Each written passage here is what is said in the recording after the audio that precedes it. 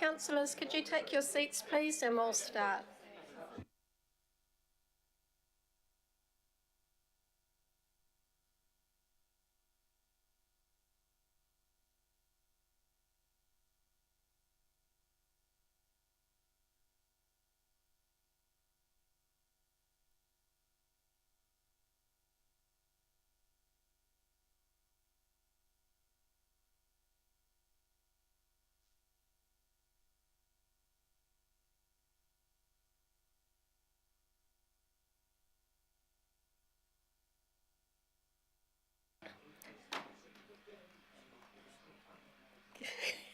Good morning. Good morning to councillors in the room and those online, and to our guests, both in the room and those online as well.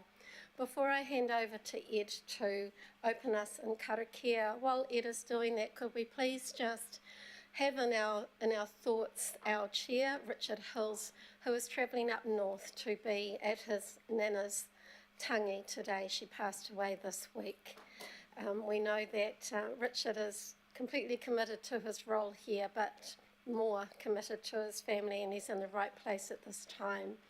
It's very difficult to lose anyone in your family, but someone who's been there your whole life is equally as challenging, isn't it?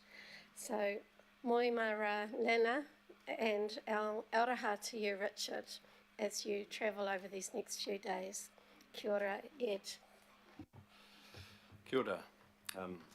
I'll just open us whakatakati hau ki te uru, whakatakati hau ki te tonga. Ki mā kina kina ki uta, kia mā taratara ki tai. I hi aki ana te atakura, hi tio, I huka, I hau hu, ti hei mauri ora. Ora, thank you, Ed. Sandra, could you tell us who is online today, please? Thank you, Madam Chair. Online today we have Councillor Fletcher, Councillor Leone, Councillor Foley and Councillor Stewart at the moment. Thank you. Thank you. This morning we have apologies from Councillor Hills and Councillor Bartley. Apologies for lateness from the Deputy Mayor, Councillor Simpson, and early departure for Councillor Baker. I'd like to... Madam Chair, I have to go to a funeral this morning, but I'll be back. Thank you, Councillor Lee. I'd like to move those absences, lateness and early departures. Could I have a seconder, please? Councillor Henderson, all in favour? Aye. Against? Carried. Call for any declarations of interest. There being none. Confirmation of the minutes from our meeting on the 7th of September 2023, both open and confidential. I'll move that those minutes are accepted. May I have a seconder? Councillor Fury. All those in favour? Aye. Against? That's carried. There are no petitions. We did have two requests for public input, one from Richard Steele, Auckland Marina Users Association and Auckland Yacht and Boating Association. The request was declined. He wished to speak regarding a report requested at the Planning, Environment and Parks Committee on the 2nd of March 2023, which was changed from a report to a memo.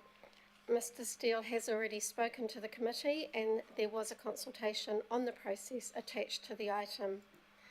The second request was from Warren Frogley from Brand Mad, who wished to speak regarding the future development strategy on behalf of other stakeholders, Fulton Hogan, Fletcher's, Neil Group, Barker's, Hugh Green, Classic Group, Russell Group. There was also a consultation process attached to that item, so it was declined. Third, actually there was three. The other one was from Logan Rainey from Property Council New Zealand, who also wished to speak to regarding the future development strategy.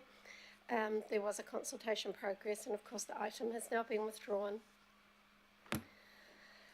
Right, we have no local board input today. We have no extraordinary items. Before we move over to item 8, which are the demographic advisory panels, and thank you all for being here today and those online, I'm going to hand over to Councillor Ferry for a few words. Thank you, Councillor. Kia ora, Chair. Thank you for the opportunity to introduce this item as the Chief Liaison Councillor for the Demographic Advisory Panels. The panels are really well supported by staff, and I want to particularly acknowledge Victoria, who is the principal advisor in that space. They're an amazing bunch of people. We're so lucky to have people of this calibre and skill and life experience to give us advice. So I guess I commend to you the presentations they're about to give, ask that we acknowledge the grace and the wisdom that we're about to receive, and really look forward to hearing from them. So really proud to be working with them too. So kia ora, thank you. Thanks, Councillor. While Victoria's making her way up, councillors, I plan to take a 10-minute break after the advisory panel, so you can have a little mix and mingle or go to the bathroom or grab coffee, aiming for a 1 o'clock lunch, depending on the items, and that will be a half-hour lunch, and then we'll work through the rest of the business of the day. My expectation is we will finish today and not need to come back next Tuesday. That is the plan, and as always, we're all in your hands. Thank you. Thank you, Victoria. Thank you and kia ora koutou. I'm delighted to be at the table with the Youth Advisory Panel co-chairs who will be addressing you, and just like to acknowledge Divya Ragapathy, who is one of the co-leads of the Youth Advisory Panel.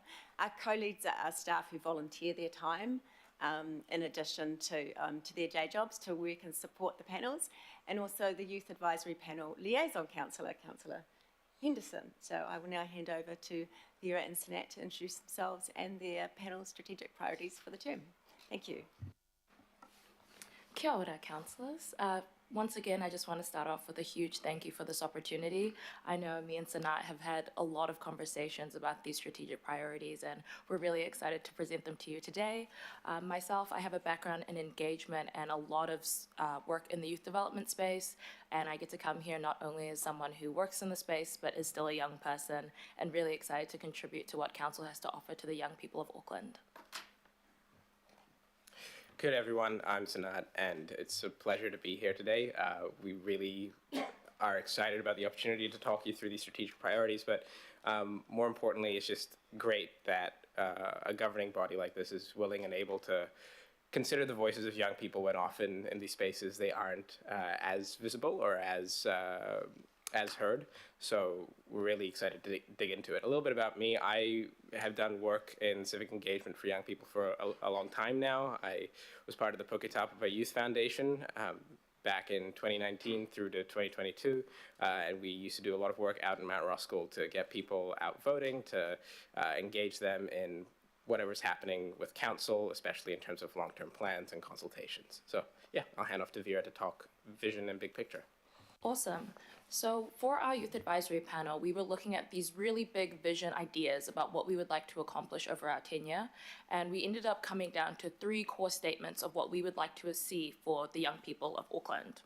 Firstly, that we know that young people have a strong sense of belonging and meaning in the city.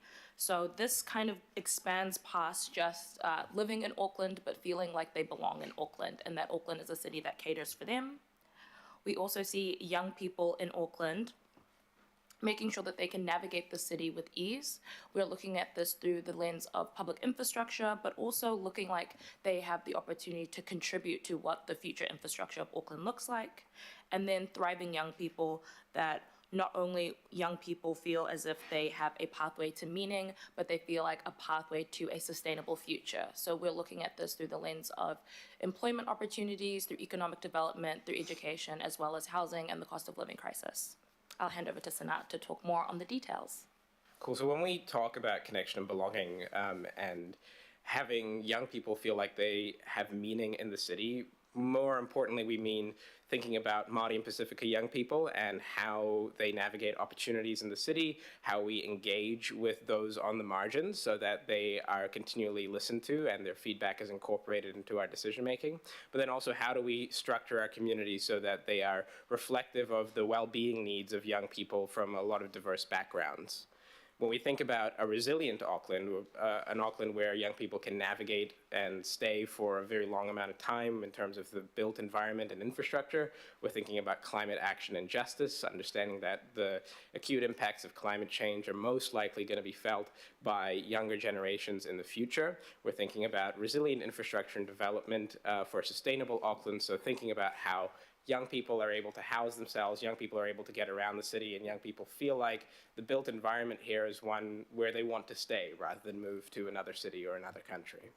And then when we think about thriving young people, an Auckland where young people have several opportunities to thrive, be themselves, and contribute to our economy and to the culture of the city. We're thinking about education, employment, and engagement, so involving them in the decisions that we make on a daily basis in bodies like this, whether that be through strong community engagement and council consultations, but also through just reaching out and running events designed for and by young people.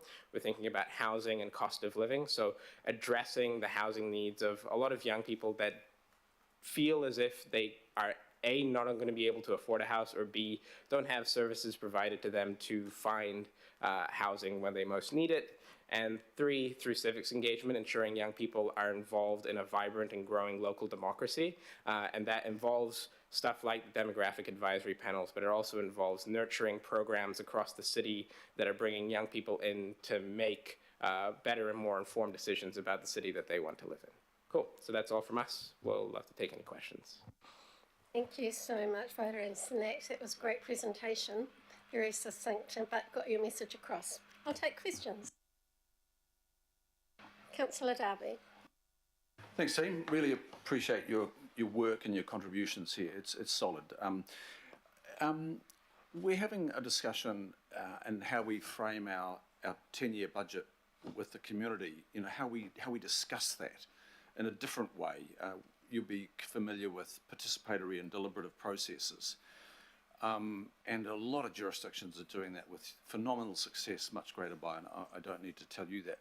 But have you discussed that as a panel, and do you have any feedback to us on the value of that versus, you know, the statutory and somewhat dull manner in which we've gone about engaging with communities in the past? Do you have any view on that, please? I was literally just thinking about this point, so really excited that you asked this question. For the majority of our panel, we have a really strong work experience in engagement, whether being involved in consultations or leading consultations ourselves, and we have a really strong sense that we really do want to see things a bit more creative and a bit more innovative in terms of engagement processes. So when we're thinking of methods of engagement, luckily Sanat and I have been able to contribute on multiple Auckland Council strategies on this, and we've always suggested, you know, bringing in people from the community to lead these engagements, making more space for creative processes. We've seen slam poetry be used in engagements. We've seen illustrations being used. We've seen a lot of different creative art forms come into the space to kind of connect with young people specifically who are not politically engaged or who exist on the margins and aren't used to these type of processes. So absolutely, we stand in agreement that there does need to be a bit of a shakeup when we think of engagement, and really leaning towards a creative lens when you're thinking about that. But I'll pass it over to Sanat as well. Yeah, just to add on to that, all three of us over here actually have been involved in the Waitemata Local Board deliberative democracy pilots. Those ones were specifically constructed for young people, and the impact of that just very surface level was fantastic, because you had young people who had never thought about the way that their city is constructed or the decision making that goes in rooms like this, having really intelligent and thought out conversations about what they want their city to look like. I think if we continue to pursue what is a very easy and simple and familiar way to consult communities across the city, which is to put up something on AK Have Your Say and get people to answer that survey form, it's a lot of effort and work for community groups to go out and then collect that feedback. If we think about the way in which we're collecting that input, whether that be through participatory democracy methods, whether that be through what the I Am Auckland team has recently done with their slam poetry, there are a lot of ways to collect qualitative feedback that still holds a lot of value and which young people are more than willing to engage with, and which you will be able to extract insights to better your decision making. The results are phenomenal across the world when it comes to deliberative democracy practice, but there are a lot of different ways to do this. Councillor Henderson. Oh, I didn't actually have a question, but thank you, Chair. Just, it's wonderful to hear from you guys again, and just congratulations for everything that you're doing so far. A real credit to the city.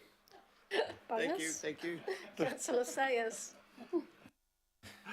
Thank you through you, Madam Chair, and thank you, Councillor Darby, for asking his question as well, and thank you for your answer. It's very fascinating, and it's really pleasing to hear that kind of changes that can be engaged with and can occur, and wonderful to hear about the trial you're having with the local boards as well. So good work. Yeah, it's really pleasing. My question was just around, housing affordability, and if you're in a position to elaborate about what your thoughts are around how that might be able to be addressed. I'm just curious in terms of the feedback that you've got in terms of what council might be able to do in that area at all.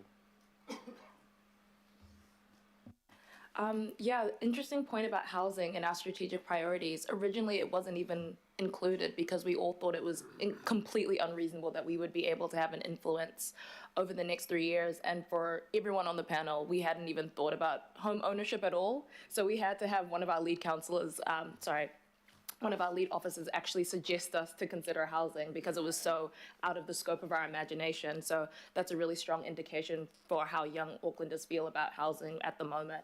But I'll let Sanat talk to how Auckland Council can have their influence in the space. I mean, I think the bottom line is that as a youth advisory panel, we want to be giving you guys advice and feedback on the fact that housing is unaffordable, and we understand that there are solutions and ways forward to make housing affordable, whether that be through higher development, more consenting, higher density development as well. There are proven and built solutions that exist for housing affordability, and the Youth Advisory Panel is pretty engaged and tuned into those issues. So that's the sort of feedback we're going to be looking to give over the course of our term. But I think more broadly, it's about us trying to reckon the reality of the fact that it's projected that we're never going to be in home ownership. So what does a reality look like for young Aucklanders who still want to stay in the city? We want to be able to deliver those experiences and that insight to you based on the feedback that we get from our peers all across different communities. Yeah. Councillor Watson.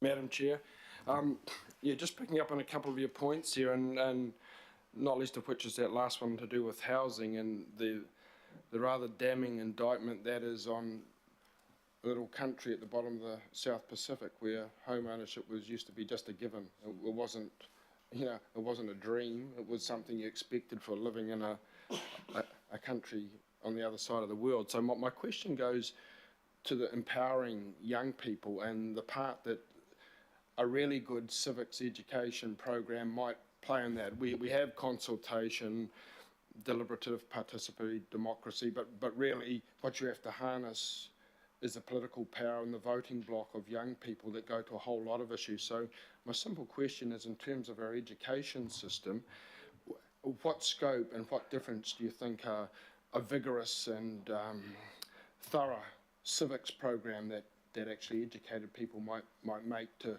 all young people's issues?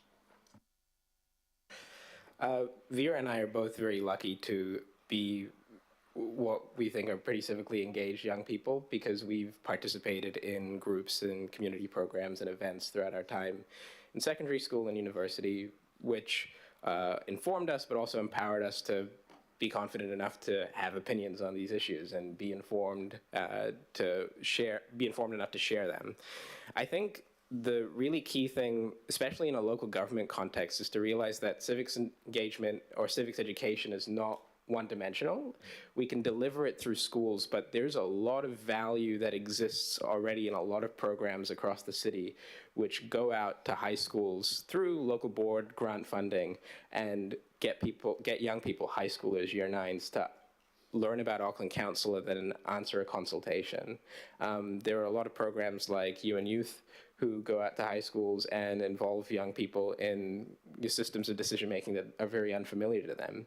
So I think in terms of the council context, there is incredibly high value in civics education simply because from our observations, when you give young people an opportunity to engage in a tangible way, like they feel like they can make an impact, they're going to give you a lot of valuable insight. How do we foster that in the city? It's about continuing to fund and nurture those programs that exist in our communities that bring young people together to talk and have these conversations. Yeah. And just to add on to that, I think it's one of the most powerful investments that you really can make into young people, because when we go out into community, when we're talking about Auckland Council, the general consensus is that most young people don't actually know what Auckland Council serves the community to do. And I think it became a real big highlight during the Auckland anniversary flooding, that people didn't even really understand the scope of Auckland Council's power and influence. And only then, during a crisis, that they realized how much power that Auckland Council actually holds. And we don't want it to be just in a crisis. We want that to be long-standing knowledge that, you know, they know that Auckland Council is a space they can go to if they need support, if they need resource, if they want to understand what's going on in the city. And when young people feel like Auckland Council is a place to go to, they feel like it's a place that listens to them, they will be invested in what goes on here. They will be invested in contributing to consultations, to sharing their opinions, to even coming to work here. It becomes this long-standing cycle where young people feel listened to by Auckland Council because they understand its mechanics. So I think a rigorous civics education, specifically with an emphasis on local government, because I think that is sorely lacking, would just only benefit the young Aucklanders in the city. It also has incredible benefits for voter turnout when young people are engaged. You know, we're suffering from like a third of New Zealanders voting in local government elections. That can be very easily turned around by engaging young people so that they are interested and knowledgeable enough to vote. Yeah. Thank you, Councillor. Thank you, Vera and Sinette, for your presentation. Sorry, Councillor Walker. We thank you for your presentation, but thank you for your comprehensive answers. They were really, really good answers and thorough. We're going to thank you for being here today. You're welcome to stay for the rest of the advisory panel session if you'd like to. And I'll ask Victoria to see you back to your seats and bring up the seniors. Just for councillors and our mayor that weren't here earlier when I said that we're aiming for a 10-minute break after the advisory panel session, aiming for a 1 o'clock lunch, which will be half an hour, and aiming to complete the agenda today so we don't have to come back Tuesday, if we can do that. Thank you. Kia ora, so we have a seniors advisory panel, is that right? We're in the right order? Kia ora, No, Chair. no, we're not. No, I'm not they sure. do not look like the seniors advisory panel. I'm not sure how Litiana and Simon and Eddie might feel about that. We've just had a slight change to our run sheet, thank you, Chair. So delighted to welcome the Pacific People's Advisory Panel co-chairs, Litiana Karika adds Simon Matafai, and also the lead officer for Pacific People's Advisory Panel, Eddie Tuiavavi, to my right. And of course, liaison councillor Lotte Fully. Thank you. Welcome. Thank you. Thank you, Chair, for the compliment. E ngā mana, ngā reo, ngā hau e whā, tēnā koutou katoa toa, Your Worship, and Madam Chair, and of course, Councillor Ferry, Councillor Fully, our lead, and of course, Victoria, whionga a taito, High Chief, lau whionga Whiripaina, pa ia whata whāl malu, tu launa o tō pa ia sā whai ngā whontanga le pule anga a le tātou aitere nei au kilani, talofa lava, warm Pacific greetings. It is warm today because the Pacific People's Advisory Panel are here with you. And we bring greetings also from Tuvalu. Everyone say talofa? Talofa from Tuvalu Language Week as we celebrate our beautiful community, Tuvalu. So thank you for having us. My name is Seomanu Simon Matawhai, and the beautiful next to me, my co-chair, I'll hand it over to her from beautiful island of Iti, Fiji. Nisa Mbolivanaka, kia ora koutou, ko Litiana tōku ingoa. Lovely to be here and thank you for the opportunity. And we are very delighted and very happy to be here with you to share our top 3 priorities for the Pacific Peoples Advisory Panel this term. We could have had 10, but we thought 3 would be enough so that we actually can achieve something and be proud in 3 years' time with our outcomes. Firstly, climate justice, adaptation, and community resilience. We don't need to have a scientific debate. They have already identified that Antarctica is missing 9 New Zealands. So science is already dictating and proving to us every day that climate change is real. For us, Pasifika, we are the least contributing to climate change, but yet the most impacted. Most impacted Pasifika. Tāmaki Makaurau, Aukilani, largest Pacific city in the world.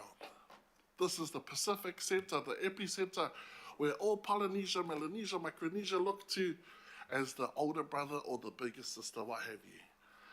We need to be the leaders to look after, like if you have siblings, little siblings, if you have a cute little brother or sister, we must look out for them, our Pasifika, like as we celebrate Tuvalu, Kiribati, and those most vulnerable islands right now, who are becoming climate migrants, of course. Climate change is very, very real. And for us in Tāmaki Makaurau, are we ready for the next flood event? For us Pasifika, from a Pasifika lens, I don't even think we have a first aid kit or a plan, or are we resilient enough, have enough resources for our families in South Auckland or West Auckland when another Gabriel comes around or another January 27. We would love to promote proactiveness, please, rather than reactiveness. We have many learnings also from COVID-19. What worked there for the Pasifika was more interactive, more grassroots mobilization, where we worked with the community and where we translated everything in all our diverse languages so that multi-generations were all on the same page and that the messaging was clear and coherent. We too would love to partner with Auckland Council in the resilience of our community for climate change when it happens, because it's here and it's not going away, and we only have one planet, so we must do what we can in order to mitigate and of course adapt. Secondly, civic engagement, participation, and democracy. We are very blessed to have Councillor Whiripaina. He is the man. He is the one councillor that gets up from the seat and warmly welcomes us into the hui. He's always been like that from the beginning. And of course, Le Sungai Alotu Furi, first female Pasifika councillor for Manukau. She is former chair, of course, o Tarapapa Toitoe in the whale. And we also recognise Josephine Bartley, also recognise my councillor, Karen Leone from the Faux, best in the West. And we also recognise the diversity now in our governing body.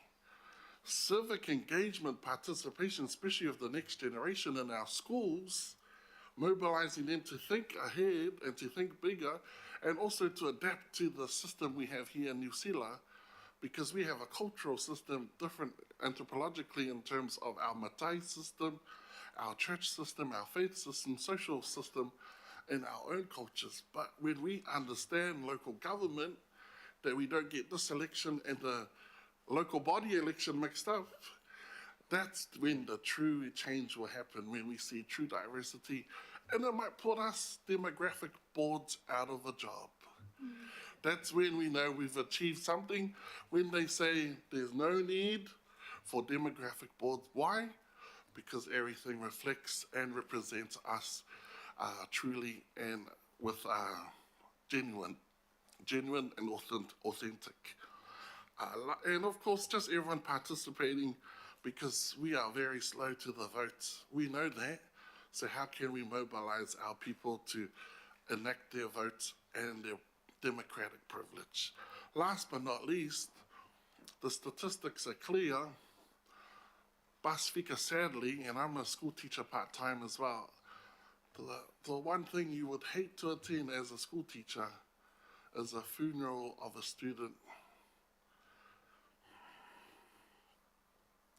that's given up on life. And in our area, I've attended a few, I've played piano for a few, it's the worst funeral. When a kid who had so much potential, perhaps in sport and whatever talents they had, gave up on life. That's the true reality on the ground for our community. We have the highest suicide rate in the OECD, especially for Pasifika and Māori. Why are they giving up? What can we do? Because it's a holistic approach. No one has the answer. We did have a well-being budget not too long ago, but now well-being is not the buzzword anymore. But yet, have things truly changed? Because money won't fix it all. It's a true and authentic partnership between community, even our churches, our leaders, yourselves, and all those who have the health practitioner background. It's all of us. It takes a village. As we say in the islands, it does take a village to raise a child. And so we would love to see those statistics turn around, because we as a council made deliberate actions towards mitigating and helping this very true and very real issue. These are three of the main big ones. We have many more on our shopping list, but we left at home. We thought we'll come submit three and seek any feedback. And we do like also the vision by the Mayor as well. And we loved our session with the Mayor, his worship and his plan. We look forward to contributing more as well in that space for the LTP, the great vision for Tāmaki Makaurau. Let's make Aukilani, Tāmaki Makaurau, the greatest Pacific nation on the planet, because it is. Whaftai. Whawhatai lava. Thank you so much. You got me. I'll go straight to Councillor Foley. Kia ora, Chair. Talofa lava, māloi lelei, warm Pasifika greetings, pula vinaka to you all as well. And thank you so much, Seo Manu, and the whole advisory panel for the work that you've put into putting your priorities forward for us. And I know from the conversations we've had as a group that there are many, many issues that are confronting for you, and that you are wanting to bring to us as a governing body to address. And I thank you for being able to select three to bring to us today. Thank you so much also for your moving kōrero as well, especially on that last point. I know it was very difficult to verbalise, and I tautoko what you've said, and I want to express my awhi and alofa for you and for our community as well. In terms of questions, my question is about all three, I guess. How can we, as a governing body, engage better with you as a panel and with our community, our Pasifika community, in order to do the things that you've asked us to do in terms of climate justice, in order to hear from our community about what works best for them in that space. Also in the civic engagement, recognising we have a low voter turnout, how can we engage better with our Pasifika community in your point of view? And then finally also in that very sensitive space and reaching out to our youth and making them understand that life is worth living in our beautiful city. Kia ora. Thank you. Thank you for the question. We're not as eloquent, I don't think, as the Youth Advisory Panel. Oh my goodness. Truthfully, we're still working out exactly how we think we can influence. We see a couple of mechanisms. One is through our cross-panel working groups and utilising that cross-pollination of experience and networks. I think on networks is we see an opportunity for our panel members to utilise the networks that we have and the skills that we bring, the experience we bring to connect with community on these issues, and that's a really important part of what we see as our role in this term. It's bringing community into these conversations. Anything else? I just wanted to add the vinaka wakarevu. one size doesn't fit all, especially me, I'm size 14. So what I mean is, if it's not getting them out to vote right now, it's not working. So what I noticed during the, especially vaccination, where we were very involved, instead of the vaccine coming to them, instead of them coming to the vaccine rather, we took the vaccine to the community. At the community centres, at the churches, at those big events, and you were there, of course, and Whitipaina, and we drew out a lot of people, 7,000, thousands upon thousands of people. Likewise approach, they won't come to the town hall because of the car park, everything like this, and the traffic, 2 hours, but if we go to them, especially in the beautiful South Auckland, and of course West where it's best, Councillor Henderson, we come out to the community. So it's really adapting our process to what fits us, and then also it won't be the same for the other demographics as well. And so, for example, I loved what Barry said, he's one of the chairs. He said, until there's a playground where even disabled kids can access, that's when we know we've covered all the scope. And what we've come here today to remind our governing body, our illustrious elected members, is that we voted for you. And soon you'll be asking for us to vote for you again. And so in that sense, we're here to remind you of the community perspective. Thank you. Thank you. Malo Pito. Thank you, Chair. Councillor Leone online. Oh, kia ora. Thank you so much for the presentation. And I'm always just want to acknowledge the close relationship that Māori have with our Polynesian brothers and sisters, and the very key issues that you've raised today, especially around suicide, is always very close to my heart. My question was really around similar to the lines of what Councillor Foley has asked. But I'm aware that as council, we're always, our primary mahi is always around infrastructure and putting in the roads and things like that, and hasn't, always been around well-being, which is some of the whakaaro that you've raised today. I just wanted to ask, have you got any recommendations around how we could be working with central government better going forward to address some of these key issues that you've raised? Kia ora. So I think in response, thank you for your question. In response to that, I'd say that there's a couple of things that we've been thinking about in relation to our influence on mental health and what council can do. One is the enabling conditions around mental health, and so I think that goes to the core services and the core role of council, and it's about how we can feed in that element of to consider in those core services and core infrastructure. The other thing is I sort of just lost my train of thought. Sorry, give me 1 second.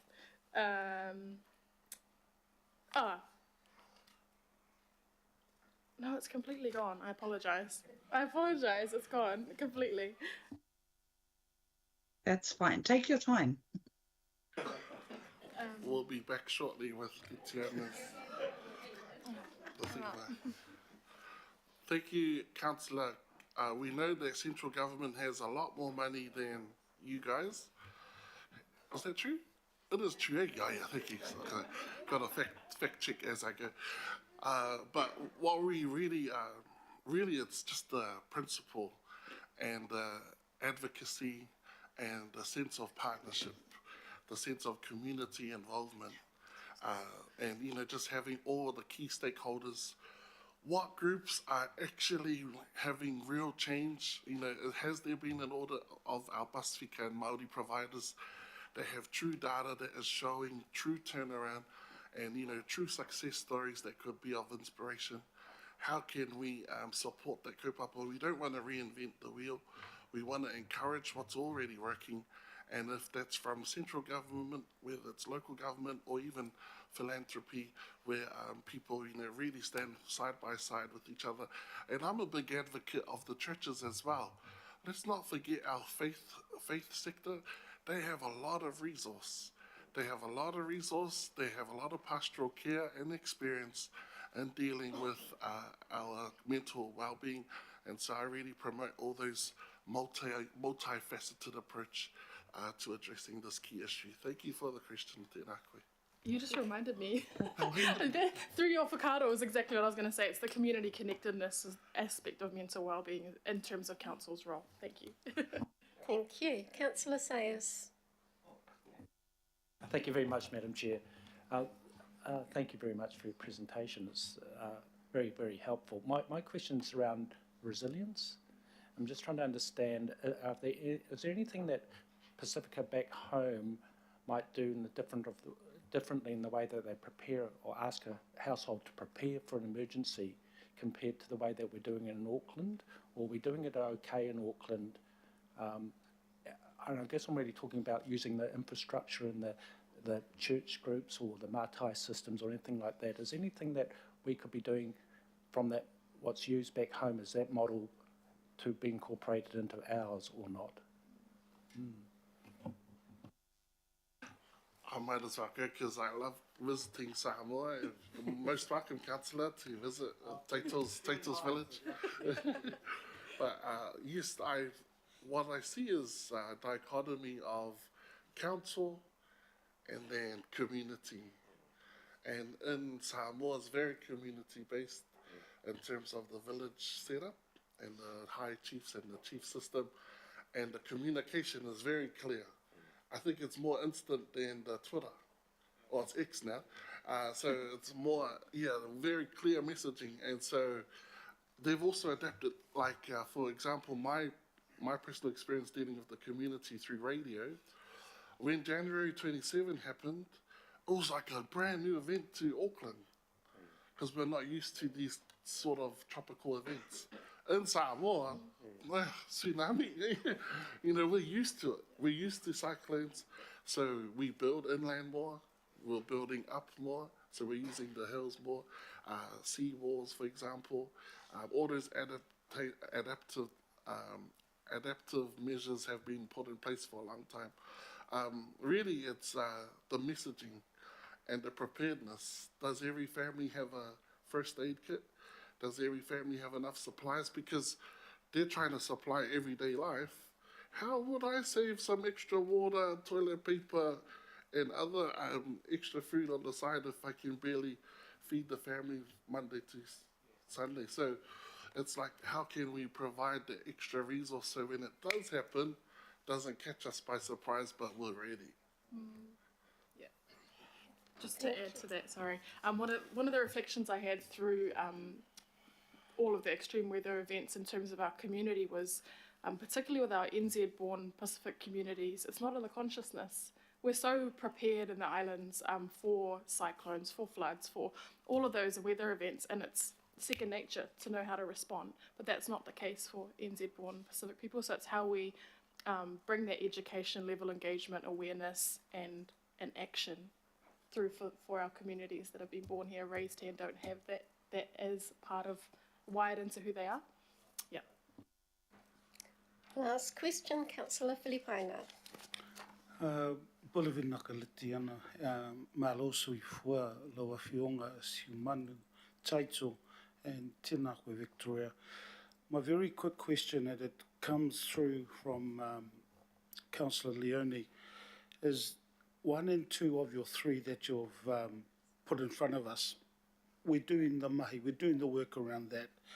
What are 2 things that Auckland Council can do in regards to your 3rd one? What are the 2 things that Auckland Council can do? Because I know that there has been an issue and continues to be an issue in the area that Councillor Watson and Councillor Walker live. And that's been an issue around that 3rd one. So you understand the OECD. So what are the 2 things that Auckland Council can do now in regards to the issues about number 3 that's across Tāmaki Makaurau? Yeah, whawhataila.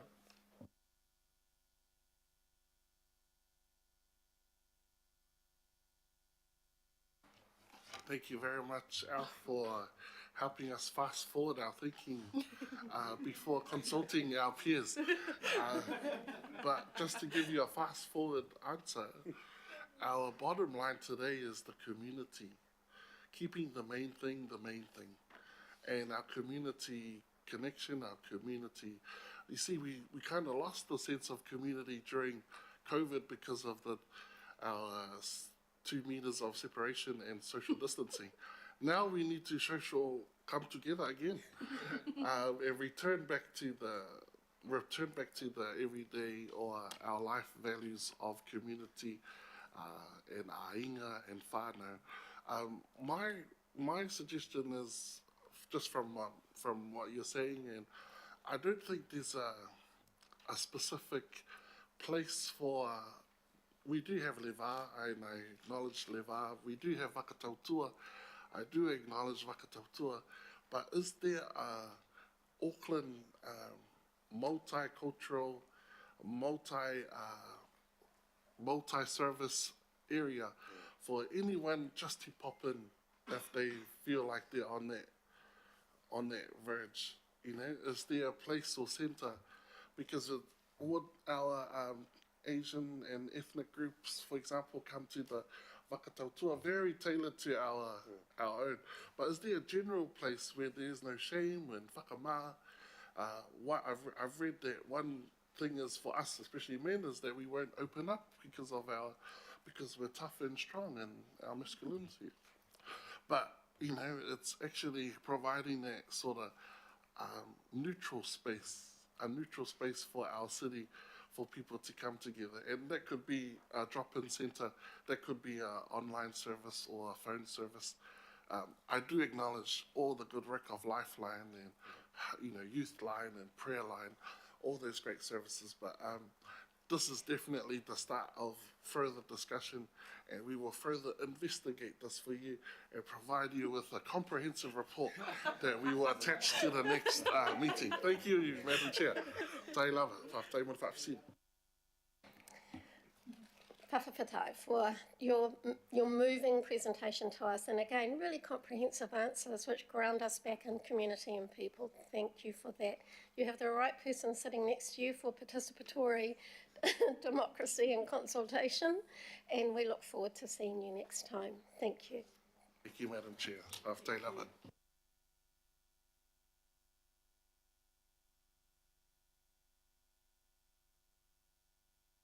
I'm not going to risk it. I'll wait for Victoria to tell me.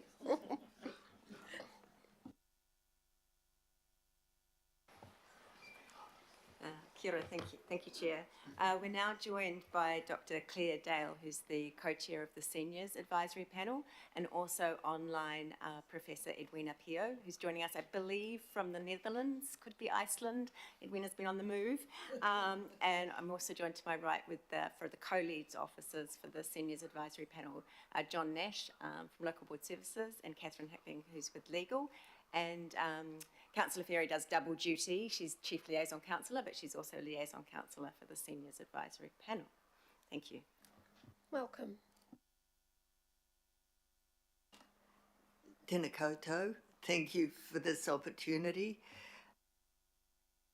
An overarching priority, which is age-friendly Auckland, and we'll speak to that.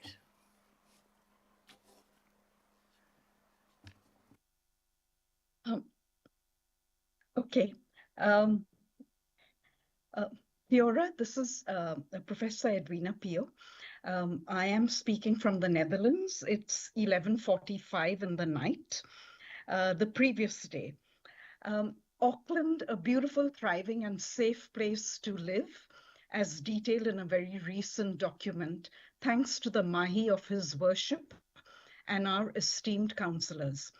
I want to acknowledge our expert principal advisor, Victoria Wicks-Brown, also John Nash and Catherine, and my fabulous fellow co-chairs. For he waka e kanua, we are all in this together. Few issues are more universal than age, and creating an age-friendly Auckland that eschews ableism and ageism with a mindset of providing opportunities, a laudable but moving target. 12% of the Auckland population is over 65 years and growing, like His Worship and many of us here today. 10% cannot speak English, but many can speak multiple languages, like some of us here today. And 44% are born overseas, like me and many of you here. And we all want to be respected and able to stay connective, active, and engaged. Our Seniors Advisory Panel's strategic priorities focus on 5 areas in a living, dynamic document. As my co-chair Leah mentioned, the overarching priority of our panel is working to implement an age-friendly Auckland as part of joining the World Health Organization's global network of age-friendly cities. 2 panel members from our Seniors Advisory Panel, Leigh Featherston and myself, Edwina Pio, have been nominated to be part of the core group of Te Ropu Whakamana Ki Te Ao, the age-friendly Auckland Implementation Group. We will work closely to advance and implement the various domains in this implementation group with Joanna Maskell and her team. Happily, 54% of older people are healthy, have livable housing, financial security, and good social connections. But 33% experience vulnerability. And like the previous co-chairs mentioned, these tend to be Pacific peoples, Maori and Asians. It is important to note that Auckland has the highest percentage of Pacific, Asian, Middle Eastern, Latin American peoples, and this could almost double from an estimated 20% in Auckland in 2023 to 44% in 2043.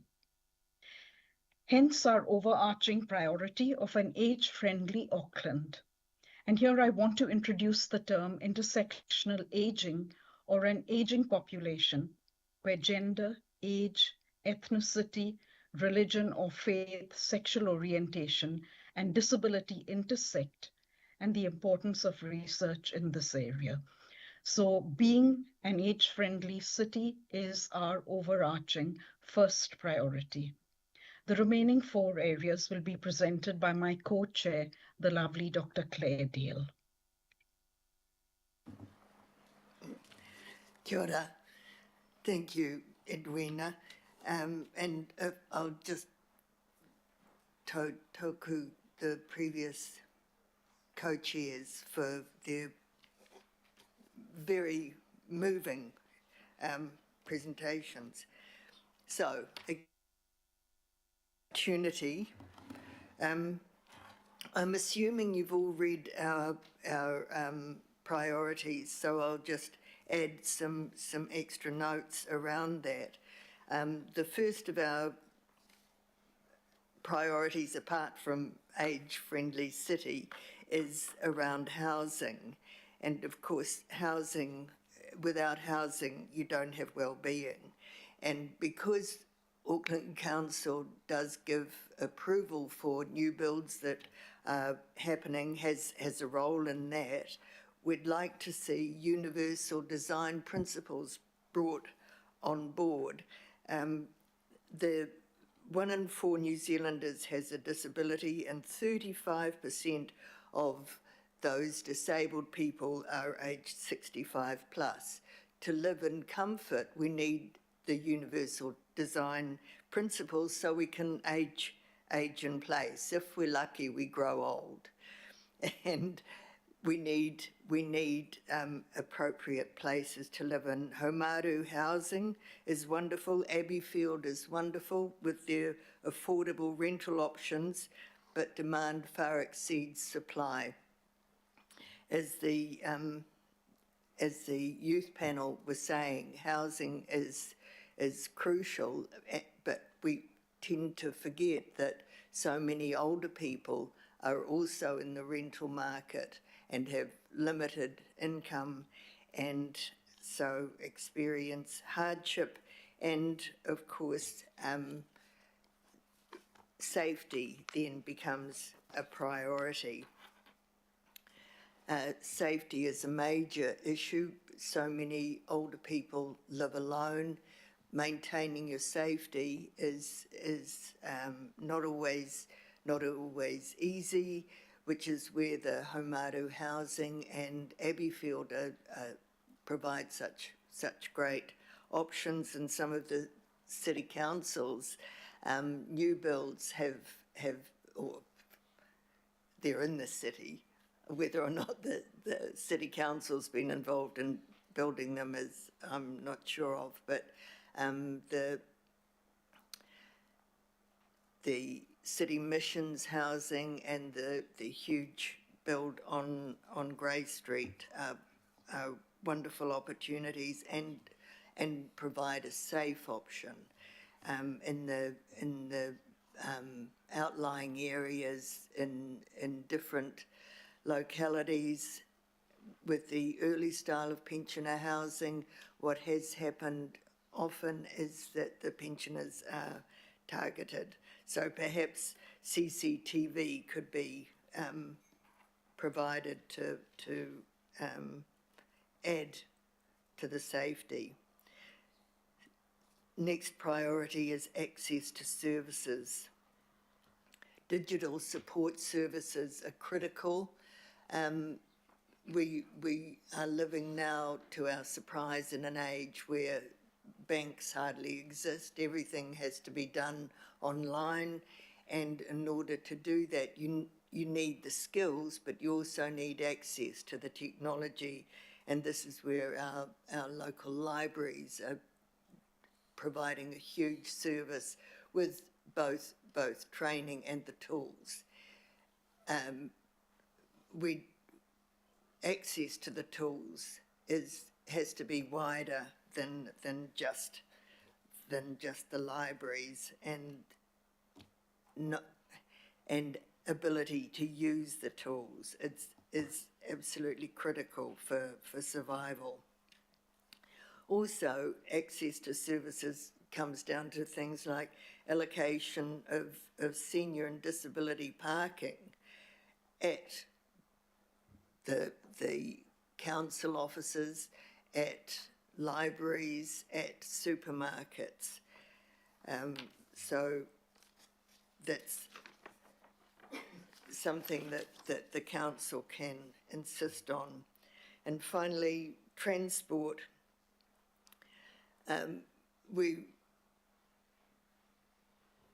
We don't have any assurance that in the new builds there will be the facilities. Certainly there's national government has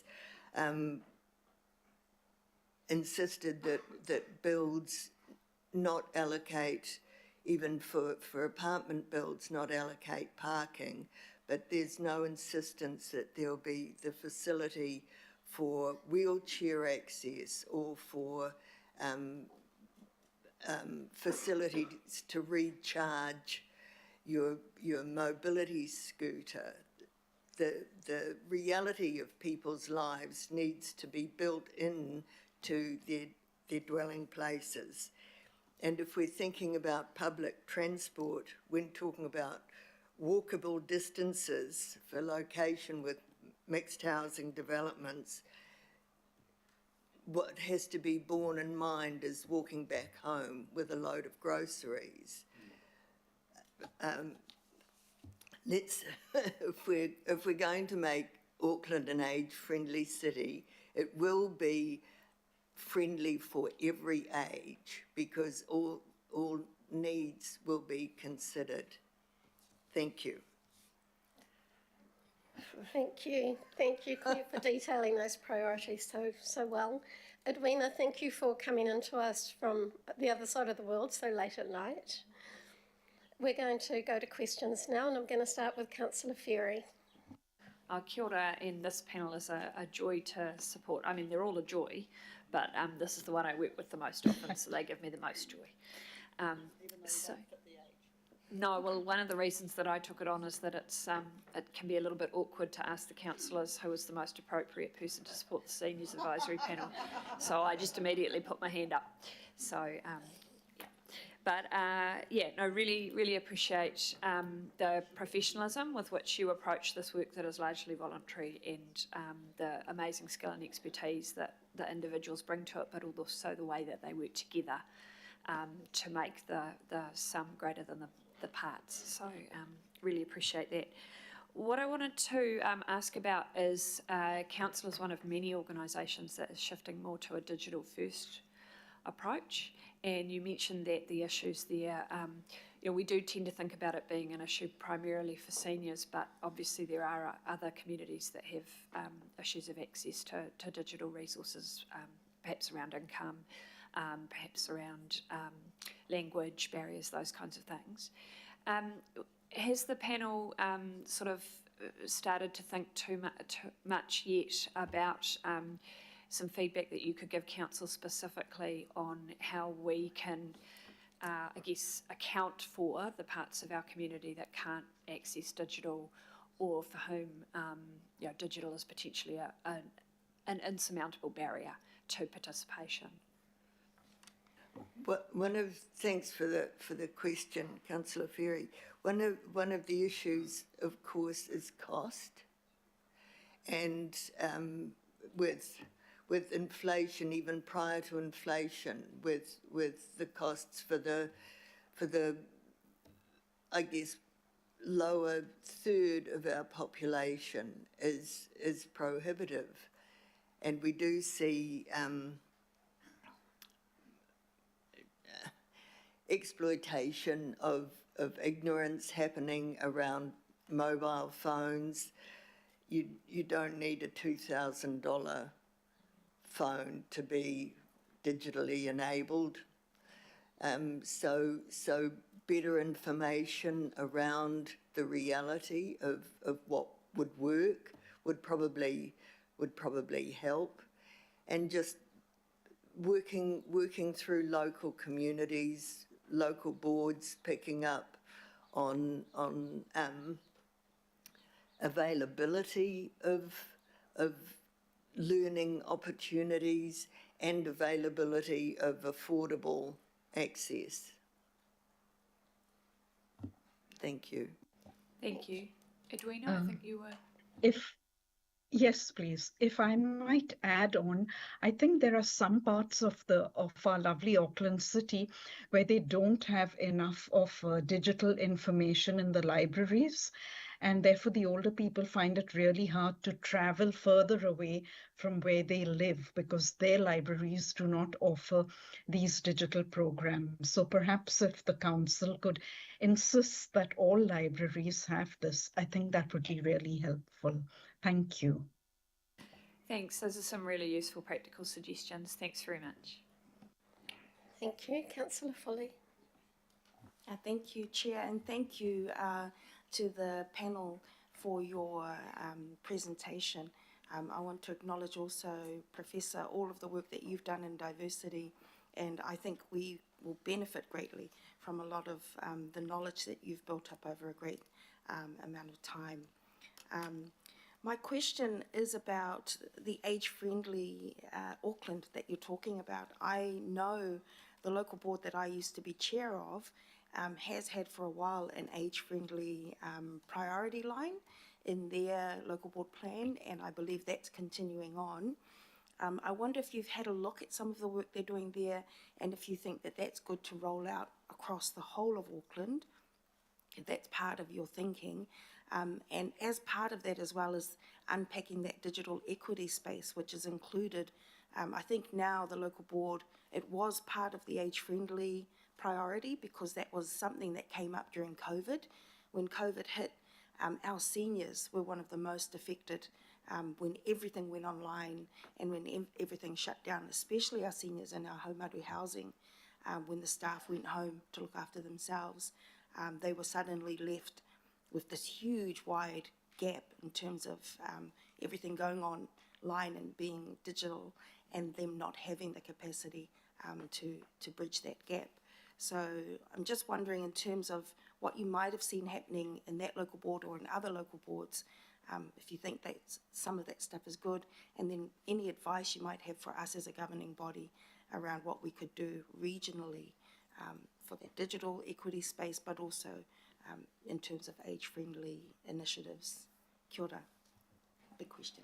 Kia ora, thank you for that. That's an inspired suggestion, and I certainly haven't. I don't know if Edwina's engaged with all the different local boards. I know I haven't, and I now will. Thank you. I think I'm on the same page as Claire. We haven't engaged with the local boards, but I think Joanna Maskell and her team have brought out a wonderful report on the current status of age-friendly Auckland and what they are doing. And I think there's much learning to be had from there, but also the fact that Pacifica Maori, Asian, Middle Eastern, Latin American, and African peoples continue to be the most vulnerable. And I think those are areas that really need to be addressed with, as was mentioned earlier, a deliberate democracy practice and mechanisms across cross-functional panels. Because I think then we will really reach the vulnerabilities and be able to diffuse some of those vulnerabilities. Thank you for the question. Kia ora. Thank you. If I can just add, I know digital access is obviously a part of the Age-Friendly Auckland plan, so there will be, and Joanna's giving the annual report, or the first annual report, I think it is, for the Age-Friendly Auckland plan later today. But definitely, I think it would be something, investigating what the local boards are doing would be really, really valuable for us too. Thank you. Kia ora. Thank you. Thank you, Chair. Our last question is Councillor Sayers. Thank you, Madam Chair. My question is this is the value of you coming and talking to us, because it prompted a thinking in my mind or a thought when you talked about mobility scooters and being able to recharge. Obviously, you know, they're battery operated and they run down. So I was, you know, and I thought, well, do you just plug it into an electric outlet? And I thought, well, with cars, you need a special adapter, and they probably don't carry those with them. So do you know, in terms of charging an electric mobility scooter, does that require specific equipment to be carried by our facilities, and how do we cater for that in a better way? Just because you mentioned that it's a necessity and something to think about. My understanding is the issue around it is the mobilities, you need a public place to charge it. If I'm thinking of an apartment, right? You can't, unless the corridors are wide enough, you can't take the mobility scooter inside, so you need an external plug available to recharge it. Thank you. Sorry, it's Barry here. Can I just add to that? That also you need to have the scooter in a safe place if you're in a complex, so it can be parked so no one can steal it. And believe me, people steal them. So it needs an external power source, and it needs a safe place where it can be stored. Thanks, Barry. Thank you, Barry. All right, that's the rest of our questions. So thank you, Claire and Edwina, very much for your presentation today and for your fulsome answers as well. And we will see you next time. I'm going to recommend later on that we bring the two items forward, the Age-Friendly City Report and I Am Auckland, so we can do that after the advisory panels while we've got it in our minds. Thank you both very much. Thank you. Thank you, Victoria.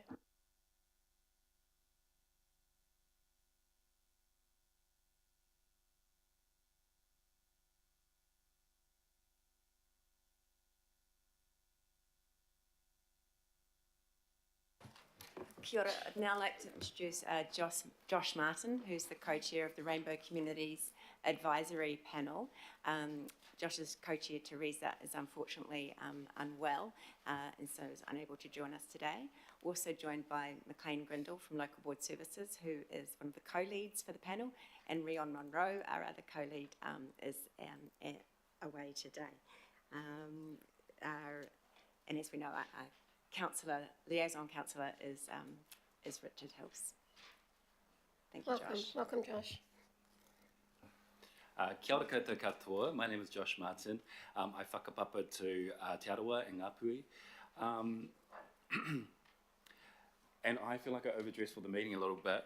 I thought that everyone was going to be in suits. Anyway, you know, I woke up like this, here I am. I am not a seasoned politician. I am not someone who sits in these kind of hui very often. My background is in community. My background is in the development of community. And so I will be banging on that drum all day. So if I say the word community so many times, you'll know that it's because it's something that I'm really passionate about. My history is really around building and developing the hip hop dance community from about 2004 for about 20 years now. I'm no longer in that industry, and that's because even though my heart says yes, my knees say click, and they will not dance anymore. So, yeah. So anyway, so after this, I think I'll be joining the seniors panel.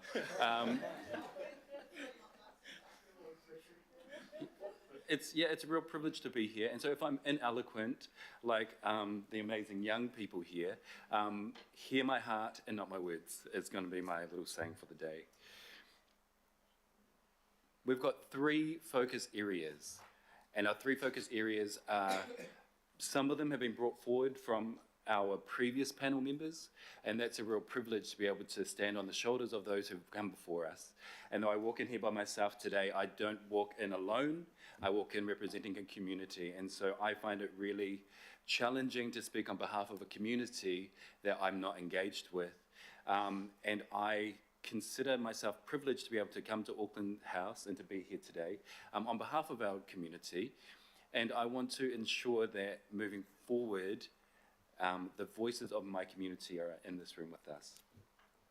A word that His Worship spoke to us on Monday was around intersectionality, and I think that there's a lot of intersectionality around who we are. I walk in here as a gay man, but also as a Māori, as someone who is in that kind of age demographic that housing is certainly an issue and a challenge for my peers and my family, and I'm in my 40s and it's still something that you're fighting for every day. So this brings us to our first of our priority areas around the cost of living. We're going to focus on housing, and so what we're asking for is that for every rainbow person in Auckland, you all buy us a house. No. So is that in budget? No, probably not.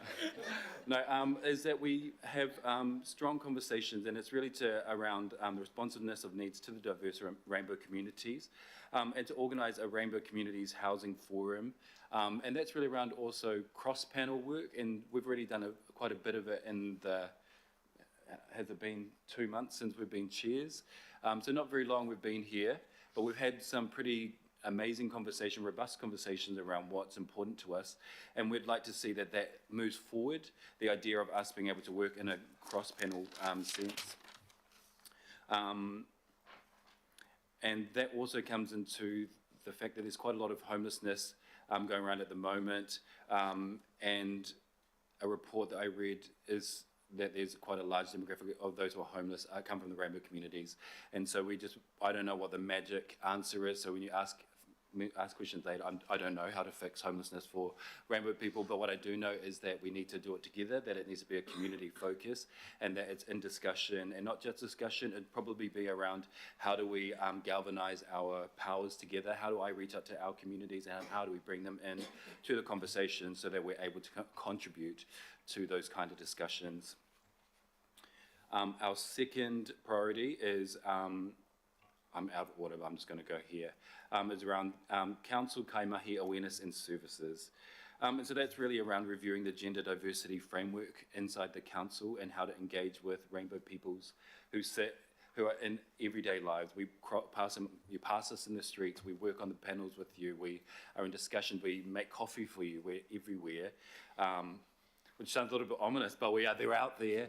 And I just think it's important to be aware that we're out there, but because of your role, because you're the elected people of a community, and we're part of the community who voted some of you into this chamber, to be a part of, to ensure that the frameworks around cultural awareness, responsiveness to rainbow people from a council perspective is something that's really valuable for us.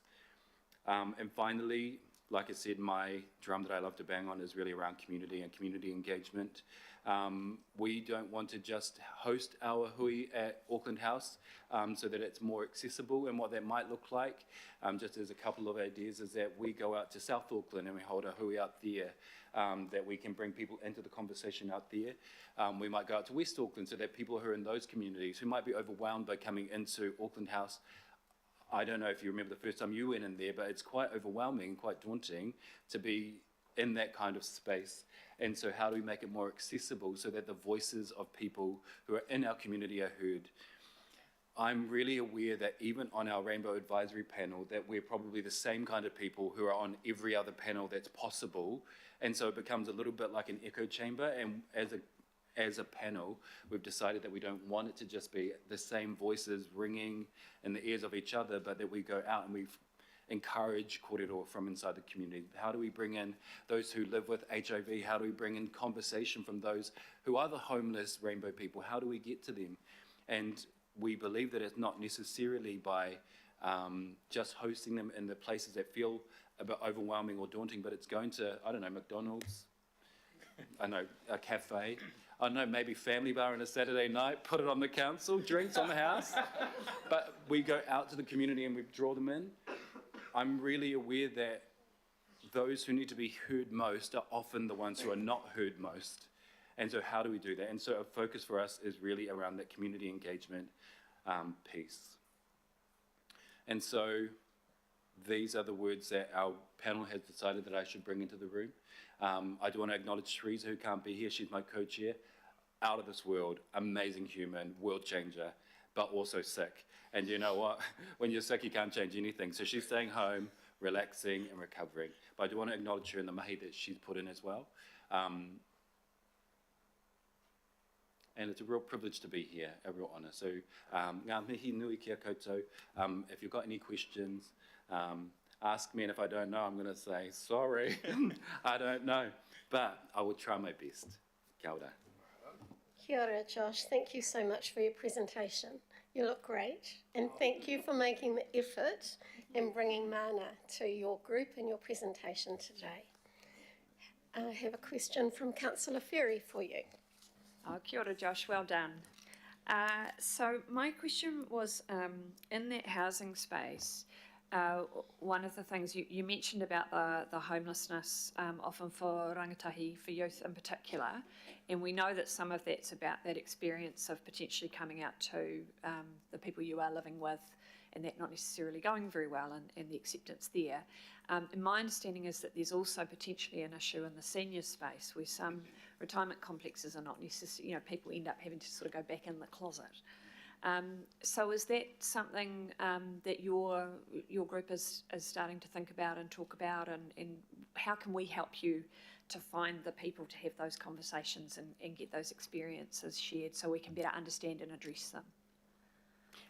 Thank you for your question, Councillor Ferry. Massive kōrero.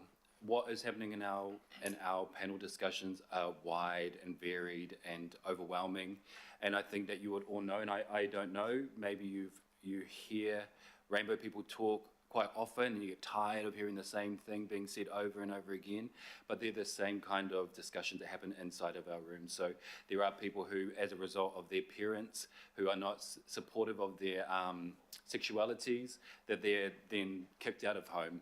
And when you're a young person and that happens, what do you do? If I were kicked out of home tonight, what would I do? I don't know. But I've at least got money to facilitate that. What do young people do? And we're not sure. We've got organisations that are trying to come up with solutions. I know that Rainbow Youth, there's a whole collective of like a rainbow community organisations who are trying to create a hub to be able to support those kind of whakaaro that's happening. I know that there's Aaron Hendry who's doing some stuff over at Alan Melville, who are trying to create kind of spaces to provide homing for or housing for rainbow people. So I'm not sure what the answer is, but what do we need is, I don't know how to make this possible, but what I need is for the people who are in this room who get to make those decisions to care, and I don't know how you do that if it doesn't affect you personally. And I walked in here today as just a person off the street, really, who saw value in the importance of being on a panel.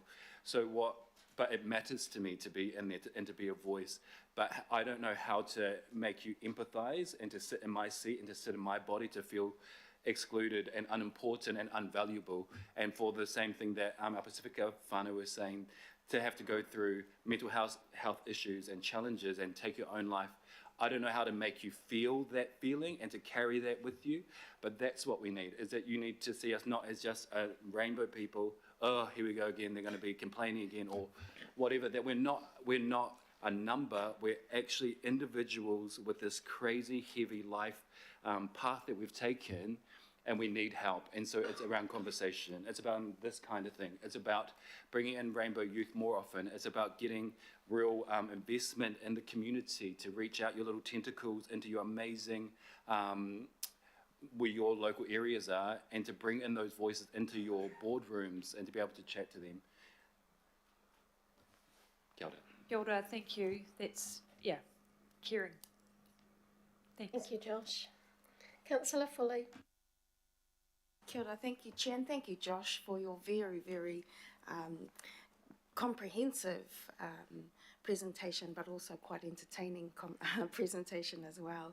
I just wanted to pick up on the comment you made about being an echo chamber, and that those of you on the panel are probably the kind of people who engage well in these kinds of processes and who often will put their hands up to be on a panel like the one you're on.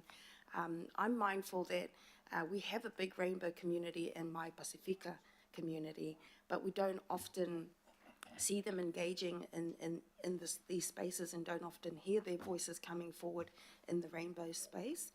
Do you have any insights to offer about that, about what we could do better, or about what you as a panel are wanting to do better to engage with our Pacifica community? Kia ora. Kia ora, and thank you for your question. I don't know what you're doing at the moment, so I don't know what you can do better, but what I would say is that it's really exhausting to have to keep advocating, which would know. And so when you're tired, you just get fed up and you just think, no one's going to listen anyway. And so you stop putting your voices forward, you stop participating. I would probably encourage that the conversation would take place, and maybe there's a world in which it's necessary that there's no answers given at that kōrero, that we just sit and we just hear and we feel the weight of the helplessness or hopelessness, and then let the community talk about what they might need to move forward. I'm not Pacifica, I'm Māori, so I'm not sure what specifically is needed from inside that community. On our board, on our panel, we don't have a representative of the Pacifica community, but I'm really cognizant that that's an important voice to have. But I think that it is around conversation, around sitting and hearing, but not just that, but going through from that point and actually putting action and putting hands to the conversation and legs to the conversation. But then I'm aware that this is just the agenda for today and you've got to read this. How do you do all that? How did you come prepared to this hui? Exactly, you don't read it. And so how do you do it?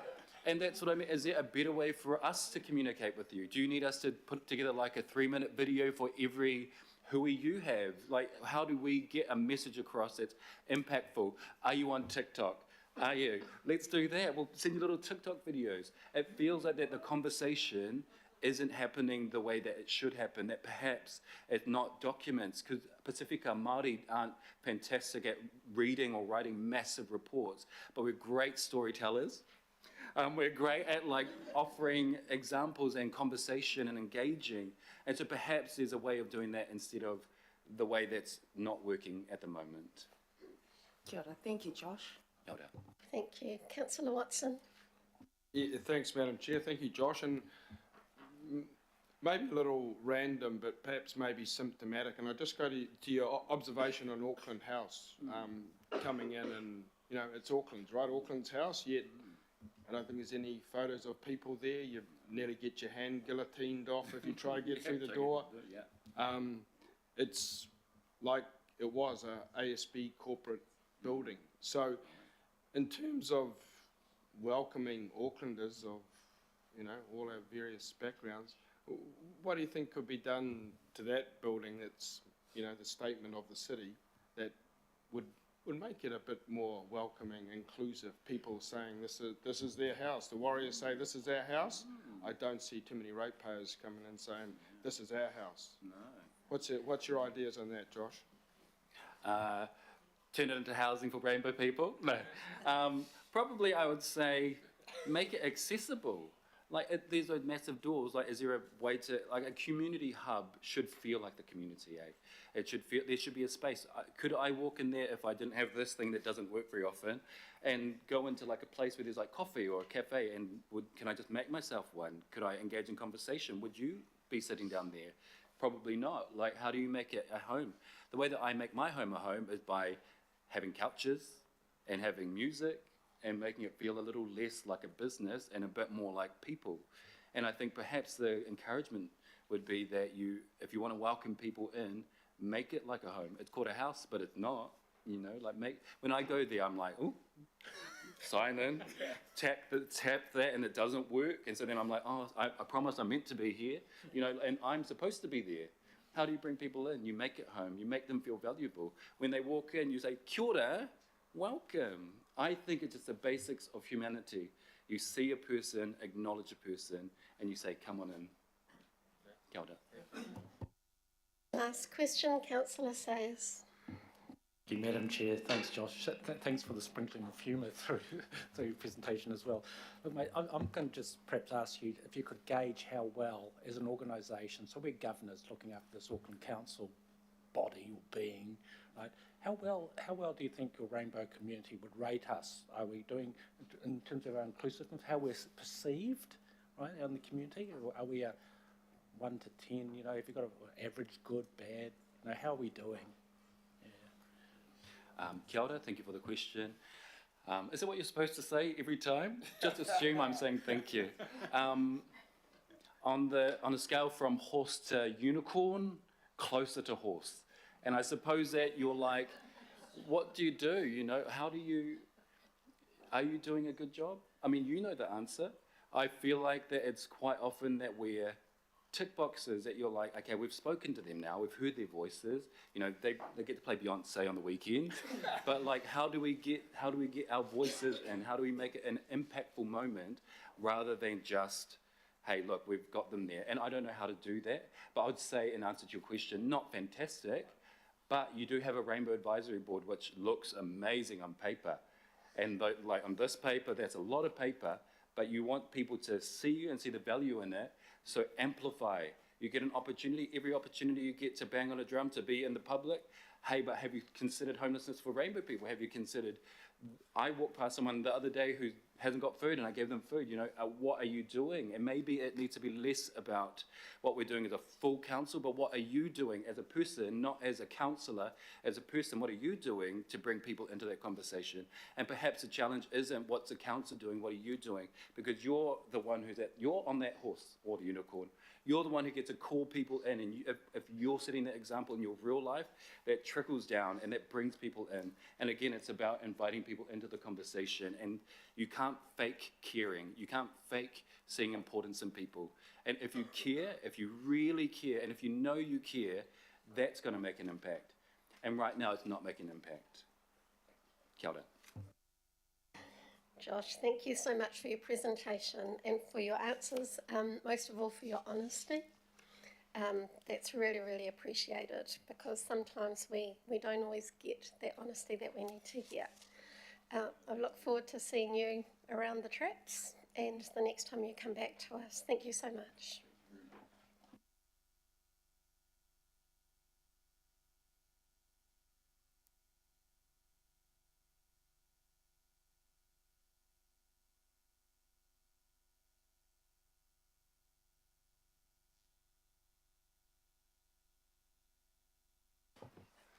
Kia ora. I'd now like to introduce our new co-chairs of the Ethnic Communities Advisory Panel, Irene Raman Manuel and Krishna Du. The lead officer for the Ethnic Communities Advisory Panel is Manoj Ragapathy, local area manager who's unable to be with us today. And of course, councillor is Councillor Leone. Thank you, Irene. Welcome. Kia ora koutou katoa, assalamu alaikum, nisambula vinaka, namaskaram, and greetings to you all. My name's Irene Rahman Manuel, and I'm one of the co-chairs for the Ethnic Peoples Advisory Panel. This is my second term on the panel. I am an international development specialist by profession, and I have worked in the Pacific, in New Zealand, and some other countries. My work involves a lot of work around maternal and child health, and I'm a firm believer that if we do something very well with mothers and children, everything else falls in place. So I'll now like to give the opportunity for my co-chair to also introduce himself. Thank you. Tēnā koe, Irene. Kia ora koutou, nisambula vinaka, namaste to you all. Krish Naidu, 5th generation Fijian Indian. It's a privilege to be in the panel together with Irene. I'd just like to acknowledge all the councillors and the leaders in the room, worship the mayor, and of course my Manukau councillors, Councillor Foley and Alpha Filipina, and of course good friend Daniel Newman. And of course the great work that other panel members have shared today. For us, Irene and myself, we kind of feel like we fit in two panels, in the Ethnic and the Pacific panel, and a number of the issues are kind of overlapping across the panels. Thank you. Thank you. So we'd like to acknowledge the opportunity to present this morning.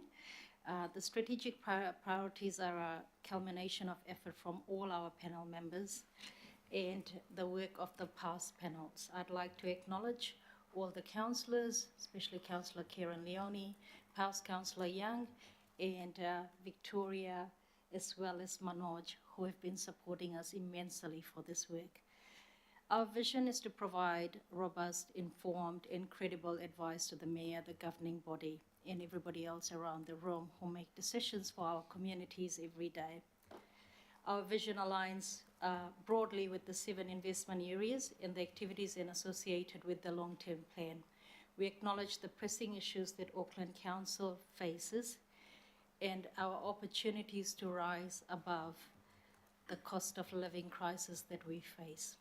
I acknowledge my community's hardships and the challenges that we've been going through in the last 3 years, namely the March 15th crisis in Christchurch that affected our communities and whole of New Zealand immensely, the COVID-19 pandemic, and the recent crisis in Auckland for disaster-related issue. The ethnic communities in Auckland is made up of Asian, African, continental, European, Latin American, and Middle Eastern. We are the majority of the world, but we are minority in. We have vast spiritual and religious affiliations, spoken languages, labor force status, and employment status. We make great contributions to making Auckland a very, very vibrant city with colors and celebrations. We have 5 key themes, and I'll be speaking to the 3. And my co-chair here will be speaking to the other 2. So I'll start with economic growth and economic development, and as you can understand, it cross-cuts into every other things that we do. We want to put it across the room that we want ethnic and migrant businesses and workers to be able to fully participate in Auckland's economy and prosperity. And some of the important factors that we must consider when we talk about economic growth of a country is our human resources, our natural and capital resources, our technological advancements, and social and political factors. In terms of economic development, we are paying attention very closely to our economic GDP, employment, productivity, population increase that you know we will have our Asian population sitting at about 40% to make up Auckland's total population in few more years by 2030. What is it like for our business and survival of our SMEs that make the engine of our community? the standard of living condition that we always get underlooked by, the skills retention and growth, and tourism in the country. Our current rates, our particular concern lies in the current high rates of ethnic worker exploitation. Our ability as a region to absorb the high growing demands of migration into Auckland and the flow-on effect that ethnic NGOs, businesses, and other agencies have to cope with. The effects of long-term lockdowns and impactful climate-related disasters in the poor, in advanced planning of infrastructure development, and how you communicate with us. The high rates of poverty, high rents, and increasing prices of housing, but also how do we use the strengths of our ethnic communities to advance our markets, to increase in the return of international students who have been or will be our future workforce as well in New Zealand. Going on to the next point is our transport. And we want our ethnic and migrant communities to have increased support in addressing, increased support as well as be influential in increasing in informing the congestion that we have throughout Auckland. The last one that I will talk about is the climate action and sustainability, and it's a cross-cutting theme across many things that we've been talking about. In the last term, I was one of the co-chairs for the Auckland Council Climate Change Action Plan. We were very busy doing C40 plans for Auckland Council, but none of that translated into community action plan. So when the floodings happened recently, our communities were struggling because we did not have our communities ready for disasters. And one of the key reasons I've come back to the panel this term is because of that disaster and making sure that our communities are ready this time around. So we want Auckland Council and Auckland City to be a climate resilient city for current and future generations. We want the voices of our children, our ethnic and every other child, to be captured and be visible in all our plans. We don't see that. We aspire to have proper inclusive engagements to take place with our ethnic communities and the use of climate-friendly languages that benefits all of New Zealand. As you know, there's almost about 150 different ethnic people types and over 150 different ethnic languages. So the work that usually lies on the shoulders of Auckland Council and the ethnic communities is quite immense. We want our communities to be able to manage change from a strength-based approach, because we are sick and tired of being told of the negatives. And an approach that enhances our mental and social well-being and be climate risk ready. This ties in with all key areas that we have on our Ethnic Peoples Advisory Panel. Thank you. I'll now pass on to Chris. Thank you, Irene. Just like to touch on belonging and inclusion, please. So when you talk about belonging and inclusion, if I break inclusion down, we look at the representation of senior leadership within the Auckland Council. We as a panel feel more work needs to be done in raising that. And if we look around the New Zealand Parliament, there's been an increase in ethnic MPs in Parliament, but their proportion has not kept up with Auckland Council.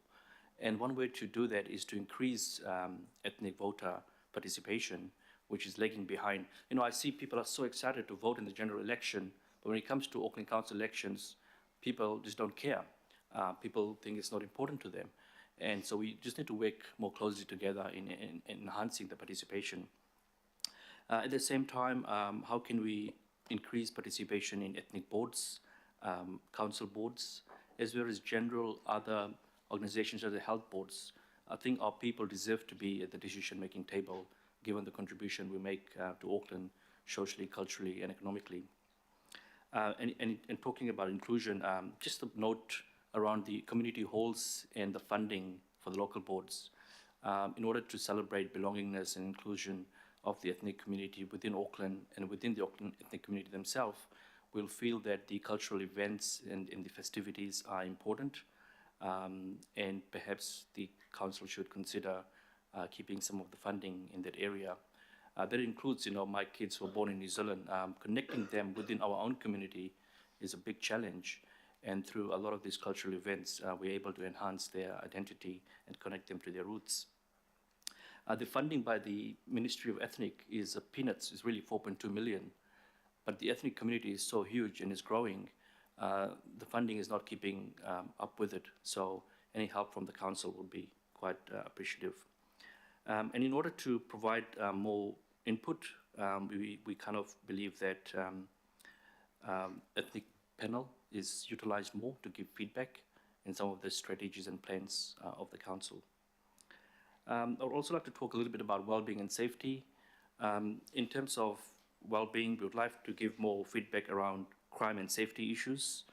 Crime is a big issue for ethnic community, with the RAM rates and, of course, the retail crimes happening. I was in a discussion with the Deputy Police and a couple of other groups a few days ago, and we have these meetings every bi-monthly, but we never see any council representation in any of those crime meetings. So it would be good to have somebody there moving forward. So we'd like to give more input into council strategy and policy development impacting community safety, including water safety. Every year, a lot of ethnic people die, and as someone who teaches a lot of international students, I've had my students, who have passed away in Piha Beach, not knowing the New Zealand water environment. And I think more work needs to be done there in terms of also going out to international schools and educating and creating awareness to the new migrants coming into New Zealand.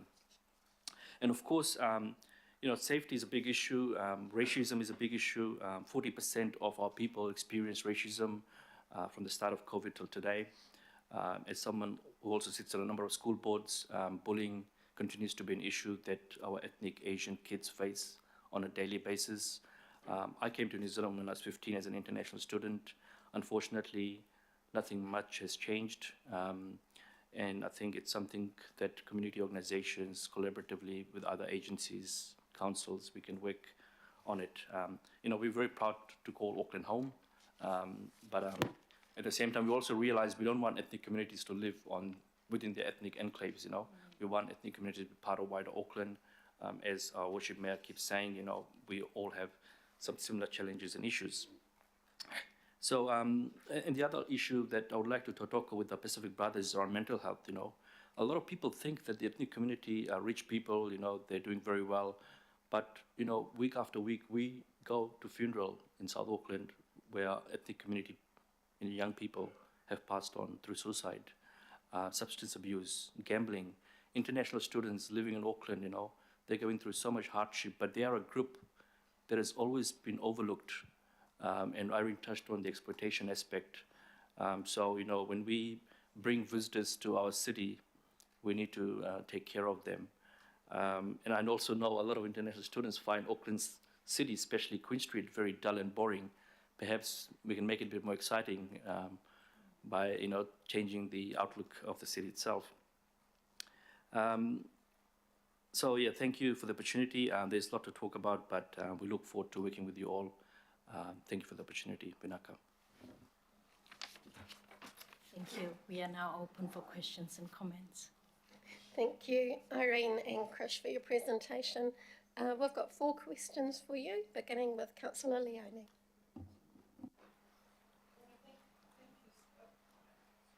I'll try this one. It's green. Never seen that before. Kia ora, thank you very much for the presentation. It's really in-depth and a lot for us to be thinking about going forward.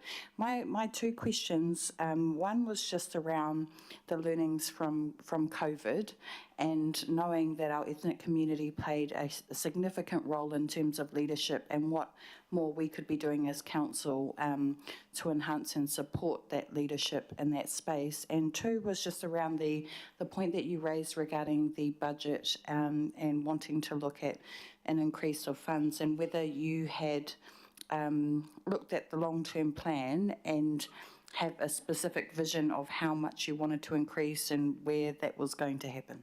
Kia ora. Do you want to do the first one? Do the first one. So in terms of COVID-related learnings, I think we were nowhere in the plan. We were very lost. We had to rely on what the Pacific people were doing and what MPP was doing to understand and know and follow the guideline. The information that was out there for COVID did not include our communities. So a lot of information at first came out in English and it wasn't translated.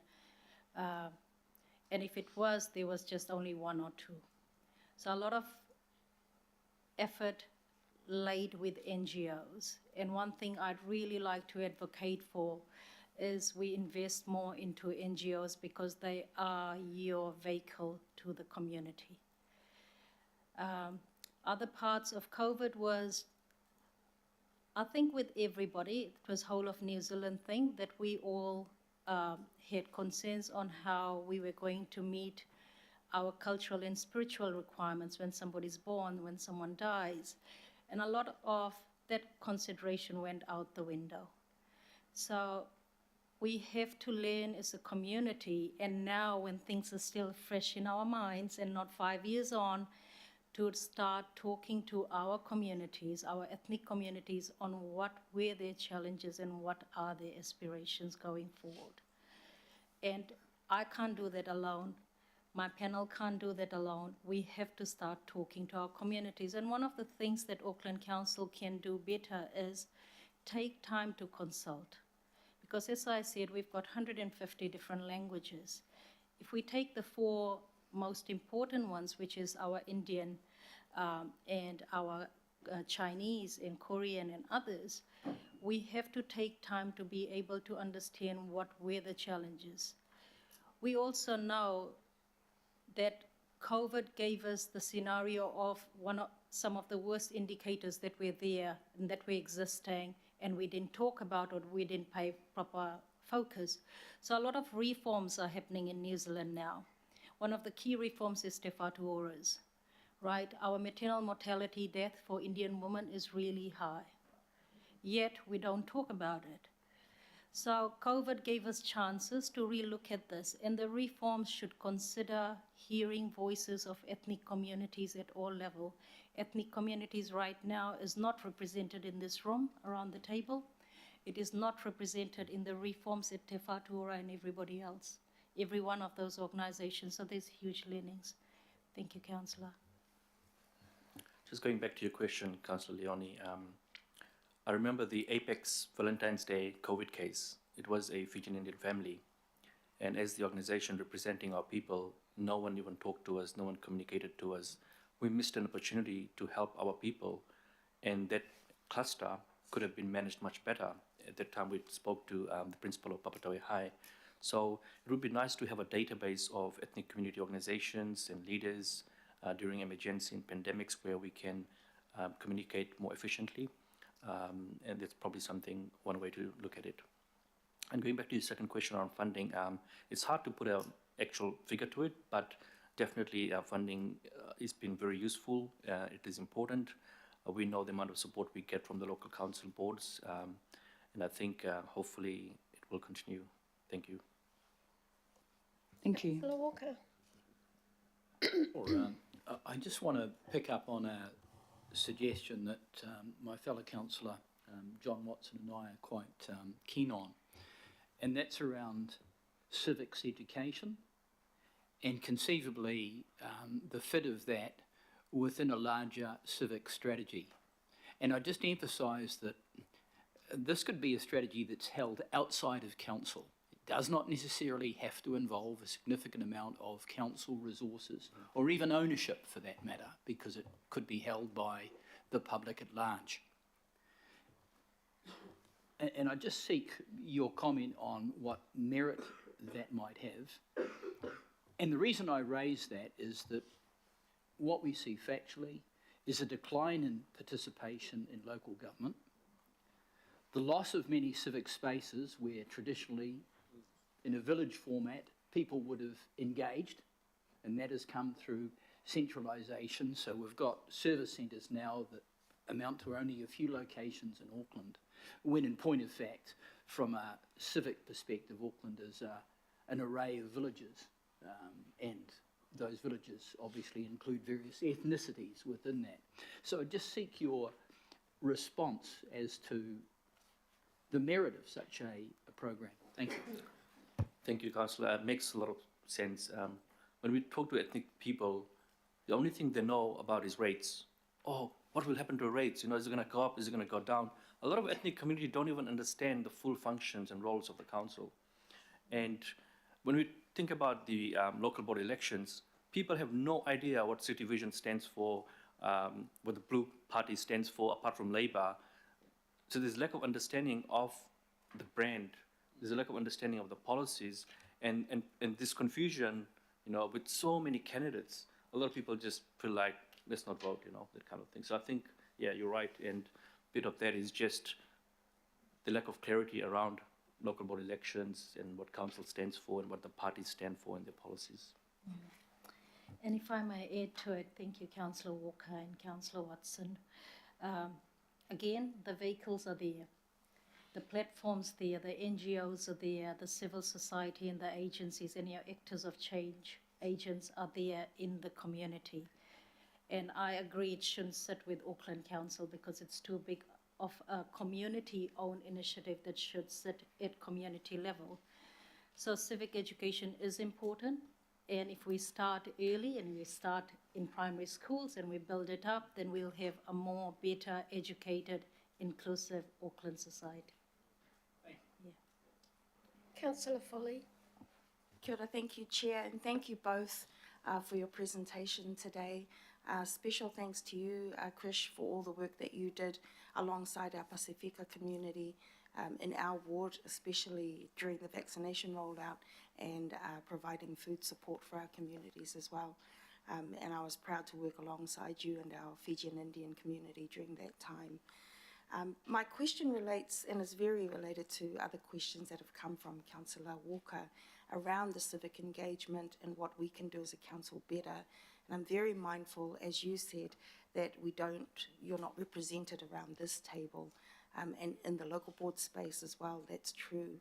And I'm thinking of my local board, which in Papatoe, 45% Indian Asian, yet we only got our first Indian Asian representative when we got Dr. Ashraf Chowdhury onto the board, and that wasn't until 2016, so very late in the piece. So thinking about that huge number that you said, 40% of our Auckland, Tamaki Makaurau Auckland population will be Indian Asian by 2030. What are some key things that we can do, practical things that we can do as a governing body, as Auckland Council, to engage better with our ethnic communities, to make sure we hear the voices of our ethnic children, and to encourage more of our ethnic communities to stand up in these elections and to be successful and be part of this decision-making table? Kia ora. Thank you, Councillor Lotofuli. One of the things I think would work is making videos around local board elections. Why should you stand? What are the benefits? And using ethnic community leaders and powerful influencers, social media agents to promote, making it sound like something, is cool, it's worth doing, it's value adding. So that would be one way, but it's also about making people understand that they need to contribute. We cannot just be here and think as migrants, Auckland should provide for us, but we need to give back to Auckland, and we have a moral duty and responsibility as well. And of course, working closely with community organizations. Like, I don't see anyone, when it comes to local board elections, going to the religious centers or community organizations and actually practically supporting and getting people enrolled, telling them what this vote means, where to vote, what are the options you have. We see a lot of support for general elections. It's well geared, well resourced, but I think local board, in terms of building the partnership with the community, is missing. And I think I don't really have the full answer, but yeah, thank you. Thank you, Councillor Foley. Information in the right language at the right time is important. Engagement with the community, as Chris said, is important. So taking time, taking Auckland Council staff out. One of the key things we discussed on Monday with the Mayor was, does Auckland Council represent and mirror the diversity of the ethnic communities in its workforce? Right, so one of the key things we're working with in our advisory panel is ensuring that our workforce is robust, resilient, inclusive of the ethnic communities that we have, and they shouldn't be at the ground level, but in your mid, senior, and every other hierarchy in the council. So having that type of information and people like we've got Manoj helps you create pathways. Having the right people in the organization helps you navigate challenges. And they come with lots of links back to the community. So it goes all the way up, right? It's bottoms up approach while the other way down. If you don't have people within your organization, then right now you have got the ethnic community panel. And we are not enough. We don't represent whole of Auckland. So being mindful that we are not tick box exercise people, but we have got connections, and please use us to your best of advantage wherever possible. This term, I must acknowledge that things have been different at the advisory panel, and there is more engagement with Auckland Council staff. And I'd like to acknowledge the hard work that's gone in there from the onset of the selection and the design and everything else that Victoria, you and the team have done. So we get to walk and talk and work across panels quite a lot, because as Edwina said, we are people across the spectrum, and that intersectionality matters. So we are not just ethnic people, but we've got senior ethnic people, we've got youth on the panel, so everybody matters in that same sense. Thank you. Thank you. Deputy Mayor. Thanks, Chair, and you're doing a great job, by the way. Okay. And so are you, Councillor, by the sounds of things. Look, I think a lot of what you've brought up, thank you for your presentation, is a real partnership between us and central government.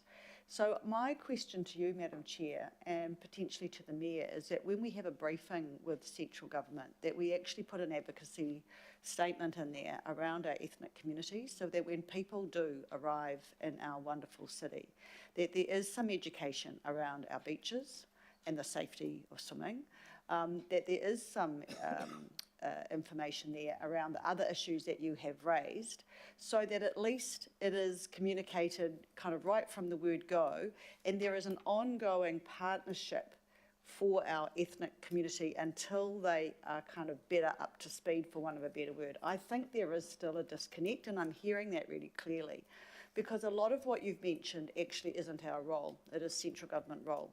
But you live in our city and we've got to look after you. So if that's, I don't think it needs to be a resolution, Madam Chair, but I think that, part of the manifesto and the discussions that we will have post-October 14 should include something along these lines, and I ask you to support that, please. Thank you. Councillor, yes. Yes. Councillor Filipina, last question. Thank you, Chair. Nissan Bulavinaka to you both. Look, I'm interested in, Chris, especially what you said around the meeting with the police, around the ram raids and crime.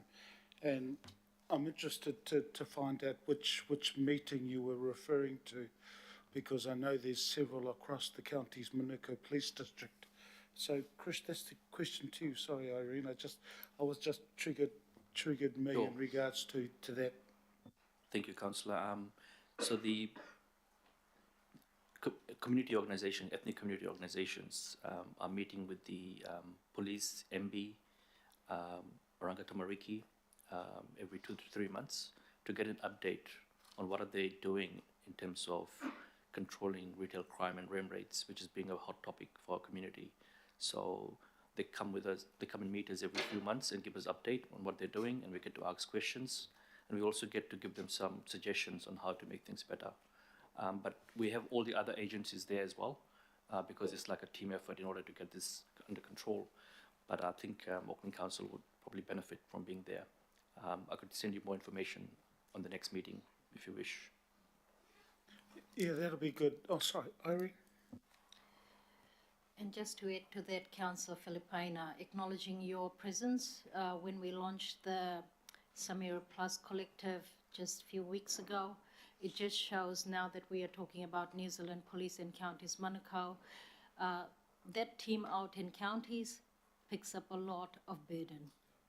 The Auckland Police in Counties Manukau I'm talking about. And we've got a very great set of ethnic providers there, ethnic providers who also provide to Maori and Pacifica people as well. But it just seems like the providers who are doing the work and the way policies are designed is that while we do the work, our providers don't get any funding for it, but we do it regardless. So Auckland Police in Counties Manukau has been picking up a lot of challenges for us, and the community is growing. As you know, we're growing really fast, and we do need focus interventions and fit for purpose strategic programs that uplifts our communities equally. So a lot of times in counties, the ethnic population is completely forgotten. And it's the same in Henderson, it's the same in Hawick. So we're just inquiring and saying we need to pay more focus there. Family violence and sexual harm is our nation's greatest shame, and we are not doing enough in that space. Thank you. And Chair, so were you aware that since 2011, and this is only in the Counties Manukau district, but since 2011 we've met with the leadership, including the district commander and elected members, councillors and the chairs. So we've been doing that since 2011, so I think we need to have a look at a connect with what's happening from the meeting you have. So I just wanted to let you know, and I've just been texting the police now to see when our next meeting we have quarterly with the district commander and with his or her staff, senior management. So I'll let you know how that goes around connecting. Thank you, Chair. Kia ora, thank you. Thanks, Alf. That's all the questions we have for you. So thank you so much for your presentation, Irene and Krish, and for the comprehensive answers that you've given to all of us today. And we look forward to seeing you next time, before next time. Thank you, Shukriya, for having us. Thank you, Vinaka. Right, councillors, we have our final presentation from Disability Advisory Panel, and thank you to Martine and Barry for being so patient and waiting for your turn.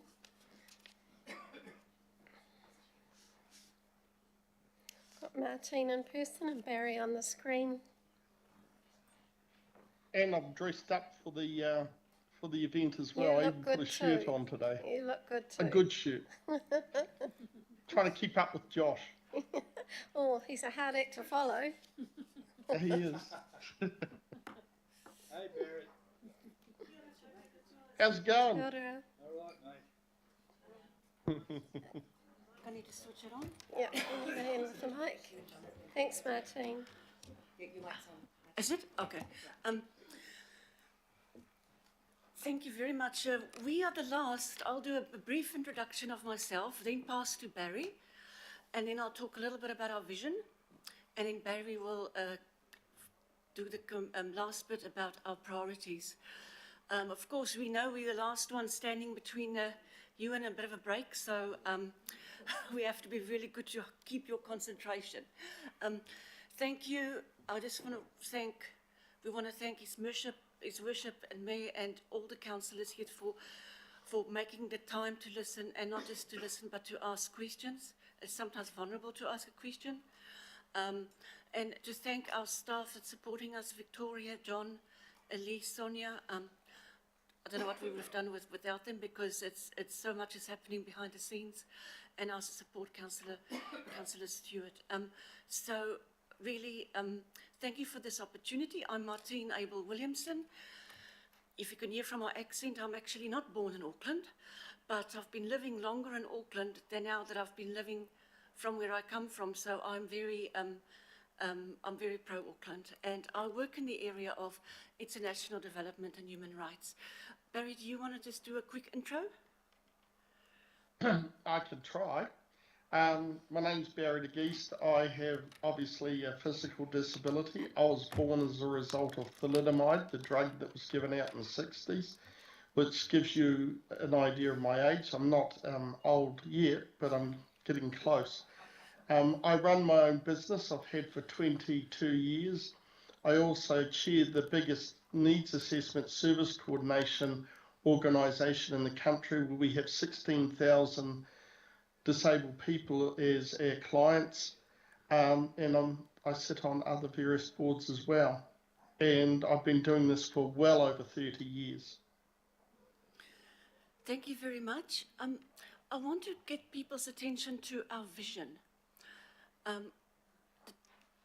The Disability Advisory Panel inspires and supports Auckland Council to value and utilise the expertise and leadership of disabled people. We think it's very positive and strengths-based focused. We don't want to be, oh, those vulnerable disabled people are complaining again or are left behind. And Barry will, part of our vision statement is about embedding impact disability thinking and universal design, and Barry will make some examples when we talk about the priorities. Before we look at the priorities though, we're giving you a mandate, and our mandate is our kaupapa and our principles. And if after today you do anything, please take these words with you. And if people ask you when there's discussions around prioritising competing priorities, say this is the intersectional kaupapa and principles. That is why we bother with the demographical panels. The first one is we value diversity of experience. And to us, being blind or being physically impaired is not about focusing on that. It's about our experience as a result of that we bring to the council. Diversity of language, and this is not just languages across ethnicity.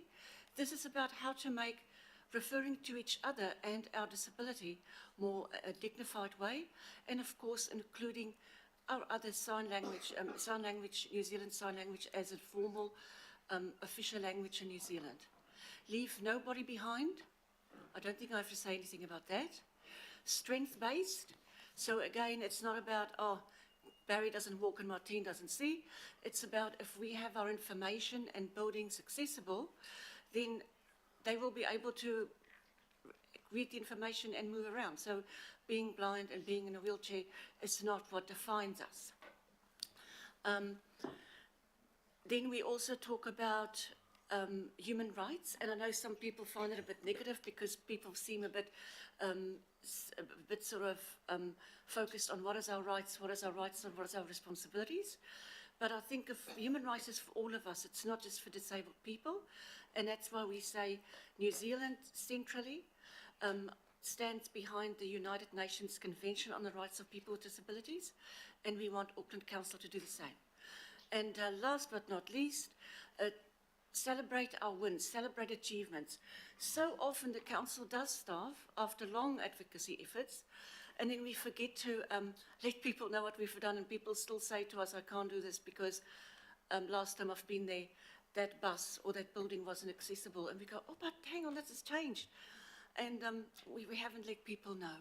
So, and I want to thank the other panels for raising the whole intersectional issues. You mentioned so many things that we are standing for jointly. So I'll pass on to Barry now for our priorities. Thank you, Martine. I forgot to say I'm actually at home with a normal ear infection, nothing to do with my disability. So I'm all the way down in Conifer Grove, so not in the Netherlands. So often people think about disabled people and think it's too hard. I know I've heard over the last time that I've been involved with the council that often the disability advisory panel have come up with ideas and have gone elsewhere, and it's been, that's great, but we don't have the funds. And that seems to be a cry, not just with council, but across the board with everybody. I think the time's changed. I've been doing this, as I said, for over 30 years. And now what I want to, to hear is that's great. Let's integrate that into what we do. So if we build playgrounds, we include stuff for disabled people so disabled people can access them. I've had my 3 grandchildren staying with us for the last week, and I take them to the playground, but I can't get up to where they are. And they go, look, Oprah, look at what we're doing. Come and give me a push. And I can't even get close to them. So it's not a playground that's there for everyone and for disabled people. That's an example. Another example of issues that I found was with the flooding. There was no one representing disabled people at the flood centres, the evac centres. We did it ourselves as an organisation being Taikura. We decided that we would go to the different centres and would have disability representative, and it worked exceptionally well. Each centre appreciated us being there. So these sort of things should happen, not because it's for disabled people, but it's the right thing to do. COVID was the worst experience for disabled people we've ever had. We'd ring up and say we've got disabled people that need to be looked after. The centres that were doing the vaccinations, oh yeah, come here, we've got accessible toilets, we can handle disabled people. But a lot of disabled people are vulnerable in other ways and have to isolate. So it didn't work when we were told to come to centres and wait in line like everybody else, because there's toilets there. Going to the toilet isn't, I know during the lockdown everyone wanted toilet paper, but it's not the biggest issue on our mind is going to the toilet. It's part and parcel. But as a disabled person, I want to see this time, that we look at disability as being included. One thing that happened, sorry, I'm a bit sick at the moment, so I don't want to go all over the place, but I saw something that Civil Defence had written for disabled people, and I read how to be prepared. And the list was terrible because a lot of disabled people can't afford to have a separate battery or battery packs for their wheelchairs. They can't have a second wheelchair to help evacuate because the powers that be within the ministry only give us one wheelchair. So you either have an electric one or you have a manual one. So when it comes to evacuation, most of our staff go home because they're in the same boat that we are. And yet a lot turned up, even though their places had been damaged, and helped people that were vulnerable to get out. So I hope that our push this year will be, don't just talk about disability, include it in playground design, include it in everything that the council does, and don't just guess what needs to happen. Ask disabled people, how can we word this, or how can we do this that's actually going to mean something for us? Because we are 20% of the population, we cover all ethnicities. And if you take family members, we're about half the population, because you can't just take me as a disabled person. You've got to take my family as well, because we're all part of the same situation. So we are a huge number in the community. And like the other panel members, disabled people don't stand for council positions and that because it costs to do that sort of thing, and people are too scared to put their names forward and having to travel around and talk about what they can bring to the council. So we need to work that out as well. But I see it as a positive thing. I wanted to move out of Auckland and move up north further, but I missed Auckland so much that I spend more time down here than I do anywhere else, because I love Auckland. I love what's happening. I like what my mate Wayne's doing, because he's starting to get on top of things. But I also think that the council are really important to make sure that we actually get the things that are true and meaningful for us.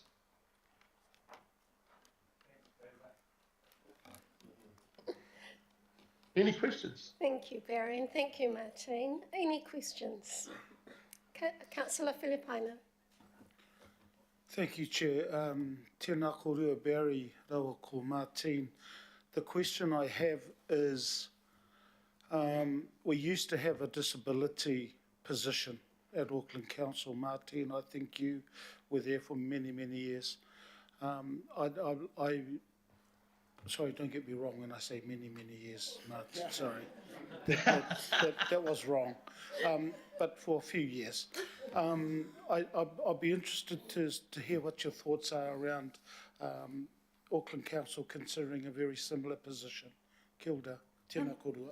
First, thank you very much, Councillor. Yes, I was at Manukau City Council, and then at Auckland Council and for that whole time was over 8 years, and I was in various positions to do with disability advice. And I think, you know, we are very much for the positions, not for them to be tokenistic, because we believe it should be across the council. But yeah, it's true, many legacy councils had a disability advisor, and there were two for a long time at Auckland Council. Barry and I and our panel are very keen for, not just for positions to be there to strengthen disability, but for all recruitment opportunities to be more inclusive and accessible, so that we have our staff reflecting the population. In other words, you know, how many disabled staff do we have, because they're the best person for the job, and not just, oh, we've got someone here and there. So we are definitely for you know, professional disability advisors, as well as the whole recruitment, the whole visibility of disabled staff across the Auckland family. Can I add to that they're good positions, but I also think the council needs to seek out, if they're looking at universal design, which they should be, that they go to someone that understands what universal design means. If they're writing stuff around disability, they seek out people that understand that. We know so much, and most people would call me a know-it-all, but I don't know everything, and I think it's really important that the council seek out the right people in the community that can help write the policy, you know, do the policy, do the leg work on the ground, or the wheelchair work, depending on how you get around. Kia ora, thank you. Thank you, Chair. Thank you, Councillor. Councillor Fletcher online. Thank you, Barry and Martine, for your long-standing advocacy on these issues. I'm interested in drilling down how we can get the best possible advice given the whole scope of the council whānau. So at the moment we have the panels, but then within the CCOs there are often other advisory groups. So if you were to look at transport, for instance, are we better to have advisors and working with the disability community from the one source to get those universal design principles being really embedded in, or are we better to have a multi-layered approach to this? Barry, do you want to start? Yeah, I'll start with that. I think it's a two-pronged attack. It's good to have somebody there that can advise, but I think that person needs to have the awareness of what's available in the community that they can go out and discuss with people, because we've got disability access advisors, we've got building advisors, we've got people in the disability community that have that specialist knowledge. So if you have somebody that can go and access that information, it'll be really good. I just want to acknowledge that within Auckland Transport, we've got the Capital Projects Accessibility Group and the Public Transport Accessibility Group. They're made up of experts in disability areas, so they give very operational advice, and it might even be good if other CCOs will think of having such groups. So agree with Barry, drill into the community, because not everybody is around an advisory table, but those panels can give good advice because usually their communities and businesses put them forward. Thank you. Thank you. Mayor Brown.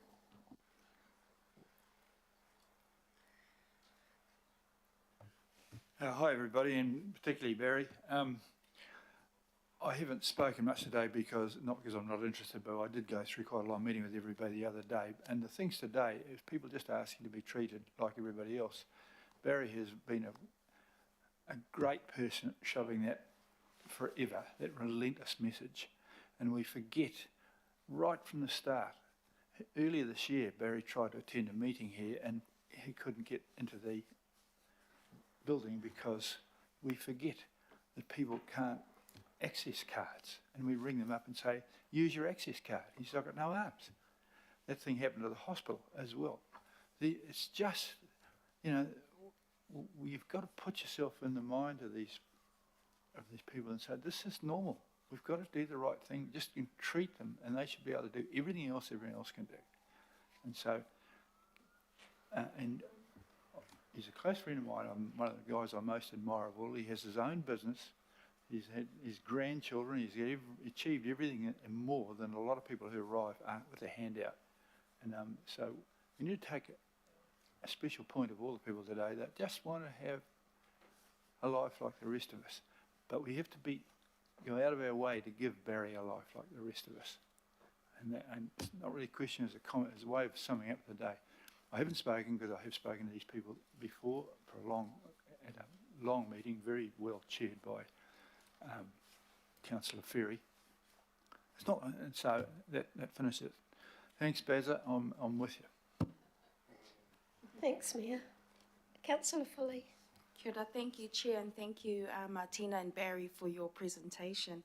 I'm very proud to say that in our first term, our local board, the Otara Papatoe local board, did have Tunu Mafono Ava Whaamoe on the board, and people who know him will know that he is blind, he's vision impaired, and he was on the board for one term. But I'm very mindful of what you've said at the very start, Barry, about barriers for people with disabilities to stand for local elections. I wonder if you could just elaborate a little bit more on what some of those key barriers are and what we as a council can do to help and to get rid of some of those barriers. Kia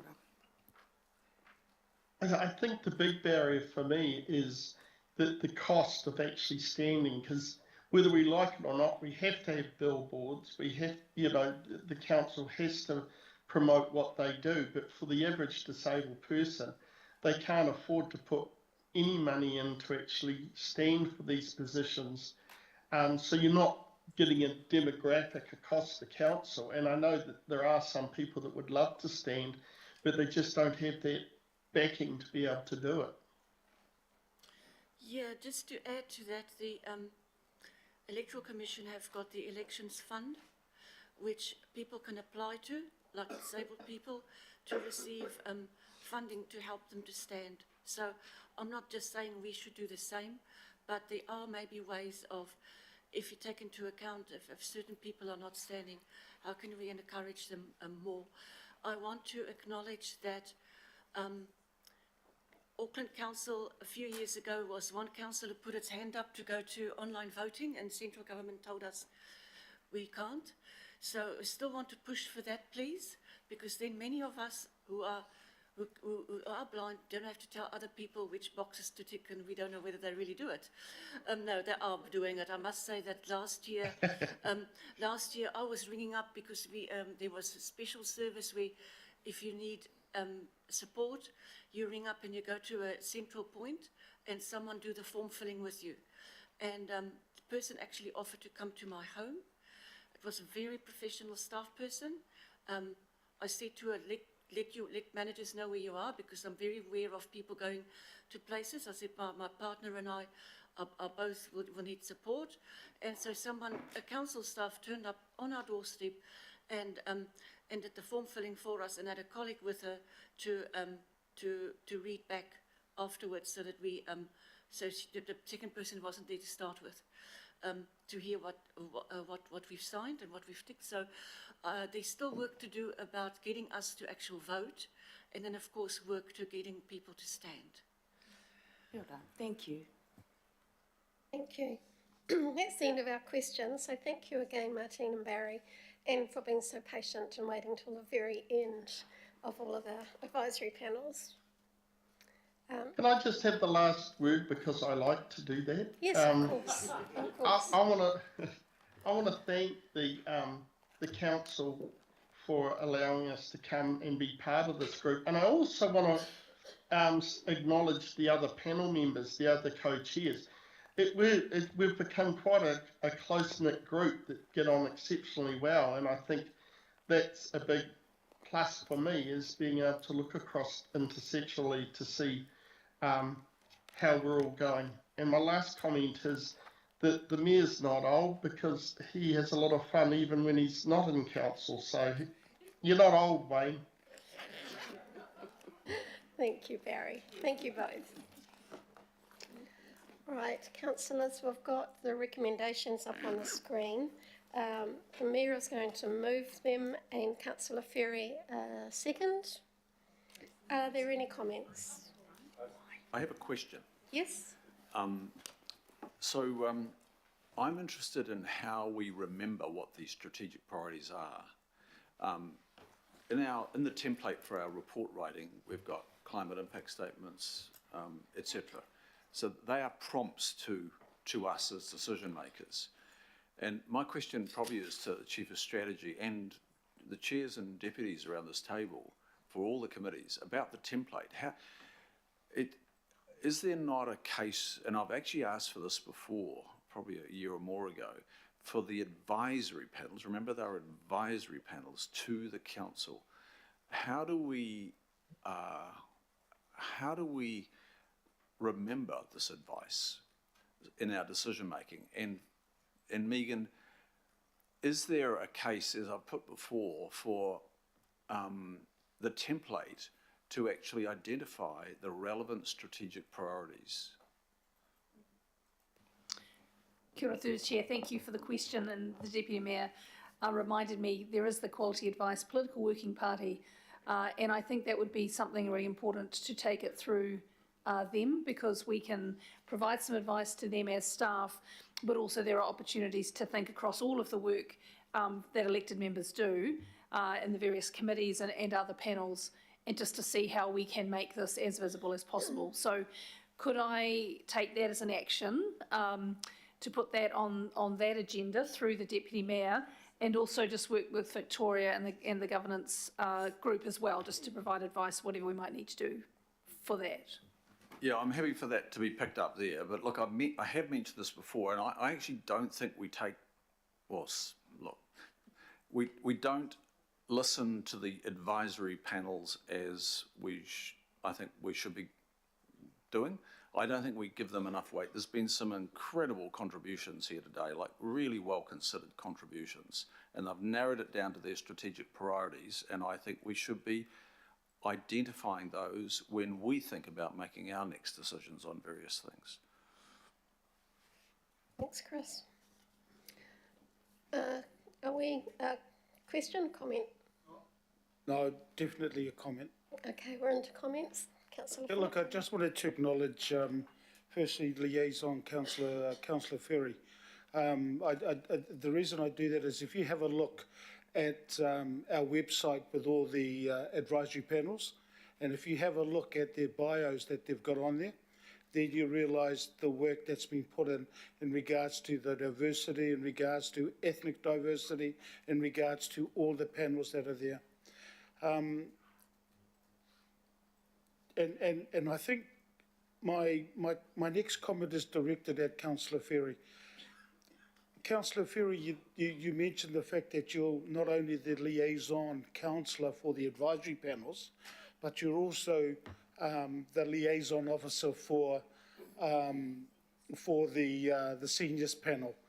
I have completed my application for my pension, and so on the 7th of November is going to be my first pension that's going to come into my account.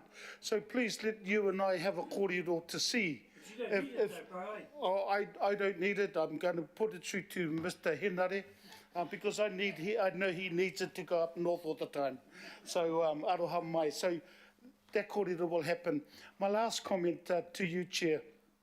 And I just wanted to acknowledge all the liaison councillors as well as our staff working with the panels, and everybody's acknowledged our panels. My last comment is in regards to a suggestion by the Deputy Mayor around how we get out to our communities around what council does. I'm suggesting, Megan, if you talk to Claudia and have a look at the Welcoming Communities initiative that has been in place. And there were some of the local boards that actually applied that it was $50,000 per year for 3 years. And the work's been done. Some of the local boards have already completed that. I think it's 23, 24 is the last of the 3 years that was put in there. So I would suggest that that comes back as a memo to us, but more importantly to the advisory panels, and especially in light of what the Ethnic Advisory co-chair said. So just want to mihi to everybody and thank you so much. Kia ora, Chair. Thank you. Thanks, Councillor. Councillor Ferry. Oh, kia ora. Thank you for that acknowledgement, Alf. I have to say it's mostly the staff who've been doing the hard mahi there, and particularly Victoria and the leadership that she's shown. And I do want to acknowledge that a lot of the staff who support this do this voluntary above and beyond their day roles. So you've had staff here today supporting each of the panels who have stepped away from their normal work to be able to come and support the panel members, to the co-chairs today, but also are doing that in other ways as well. So that's really valuable. In terms of the kōrero about the seniors panel, and I have had at least one other councillor express an interest in following along with the work of the seniors panel too. So I'm really open, and I suspect the other liaison councillors are as well, to conversations about how we share that mahi and you know, the idea that other councillors can attend the advisory panels. I'm certainly trying to get around to all of them once or twice a year. Just to sort of get a sense of what they're doing, but also so they know, you know, as the Chief Liaison Councillor, I can get a sense of what's going on for them. But I would encourage other governing body members to, you know, ask for them to be put in your diary if you're interested in a particular one, but also have a chat with, you know, me for seniors or Sharon for disability or whoever about how we can work together, because I think that's where a lot of the strength is going to come through. The point made by Councillor Darby about the how we remember this and how we capture it and reflect on it, and it actually influences our decision making. That's something that I've been thinking about a lot. Historically, the advisory panels very much faced the mayor, and when I say historically, I mean in the first 2 terms. And over time, they've come to face the governing body more and more, which is great. But obviously there's other relationships that could be built there too, with IMSB, with local boards, how we resource and manage that so that it's not overwhelming, noting that, you know, the panel members are volunteering in this space too. That's something definitely keen to explore and improve this term, and one of the issues on my list. And on the topic of that, noting this is a very formal environment. And, you know, the co-chairs got to present, we got to ask them questions, but it's not really a conversation. And so have been talking with Victoria about, once we got this done, let's think about how we can have a more informal mechanism, which might be open to, you know, more accessible for the panel members to participate in. You know, some of them might have had to be at work today, that kind of stuff. So definitely keen to work on that, and really heartened by the enthusiasm of my colleagues around the table and online for this work and these conversations. Just wanted to share that you've had a little slice of the wit and wisdom of the co-chairs today, and the generosity in the way that they operate with each other, but also with us. So please do hold that and remember that as we work with them over the coming years as well. Because, yeah, they're a great bunch of people doing really important stuff that is going to make a big difference for our city as long as we listen. So, kia ora. Thanks, Councillor Ferry. That's the end of the speaking order. Just a final thank you to all panel members that came today. There's been a huge amount of information given to us and it's been fantastic. So I will put the recommendations. All in favour? Aye. Against? Carried. Okay, we have a choice. We can go for lunch now, or we can go through items that we're going to bring forward, items 17 and 18, which is I am Auckland, I am, and the, yes, age friendly. What's your preference? Pardon? Yeah, yes, senior moment. Get them done? All right. Okay. Do you need a 10-minute break or can you wait until we've finished those two items?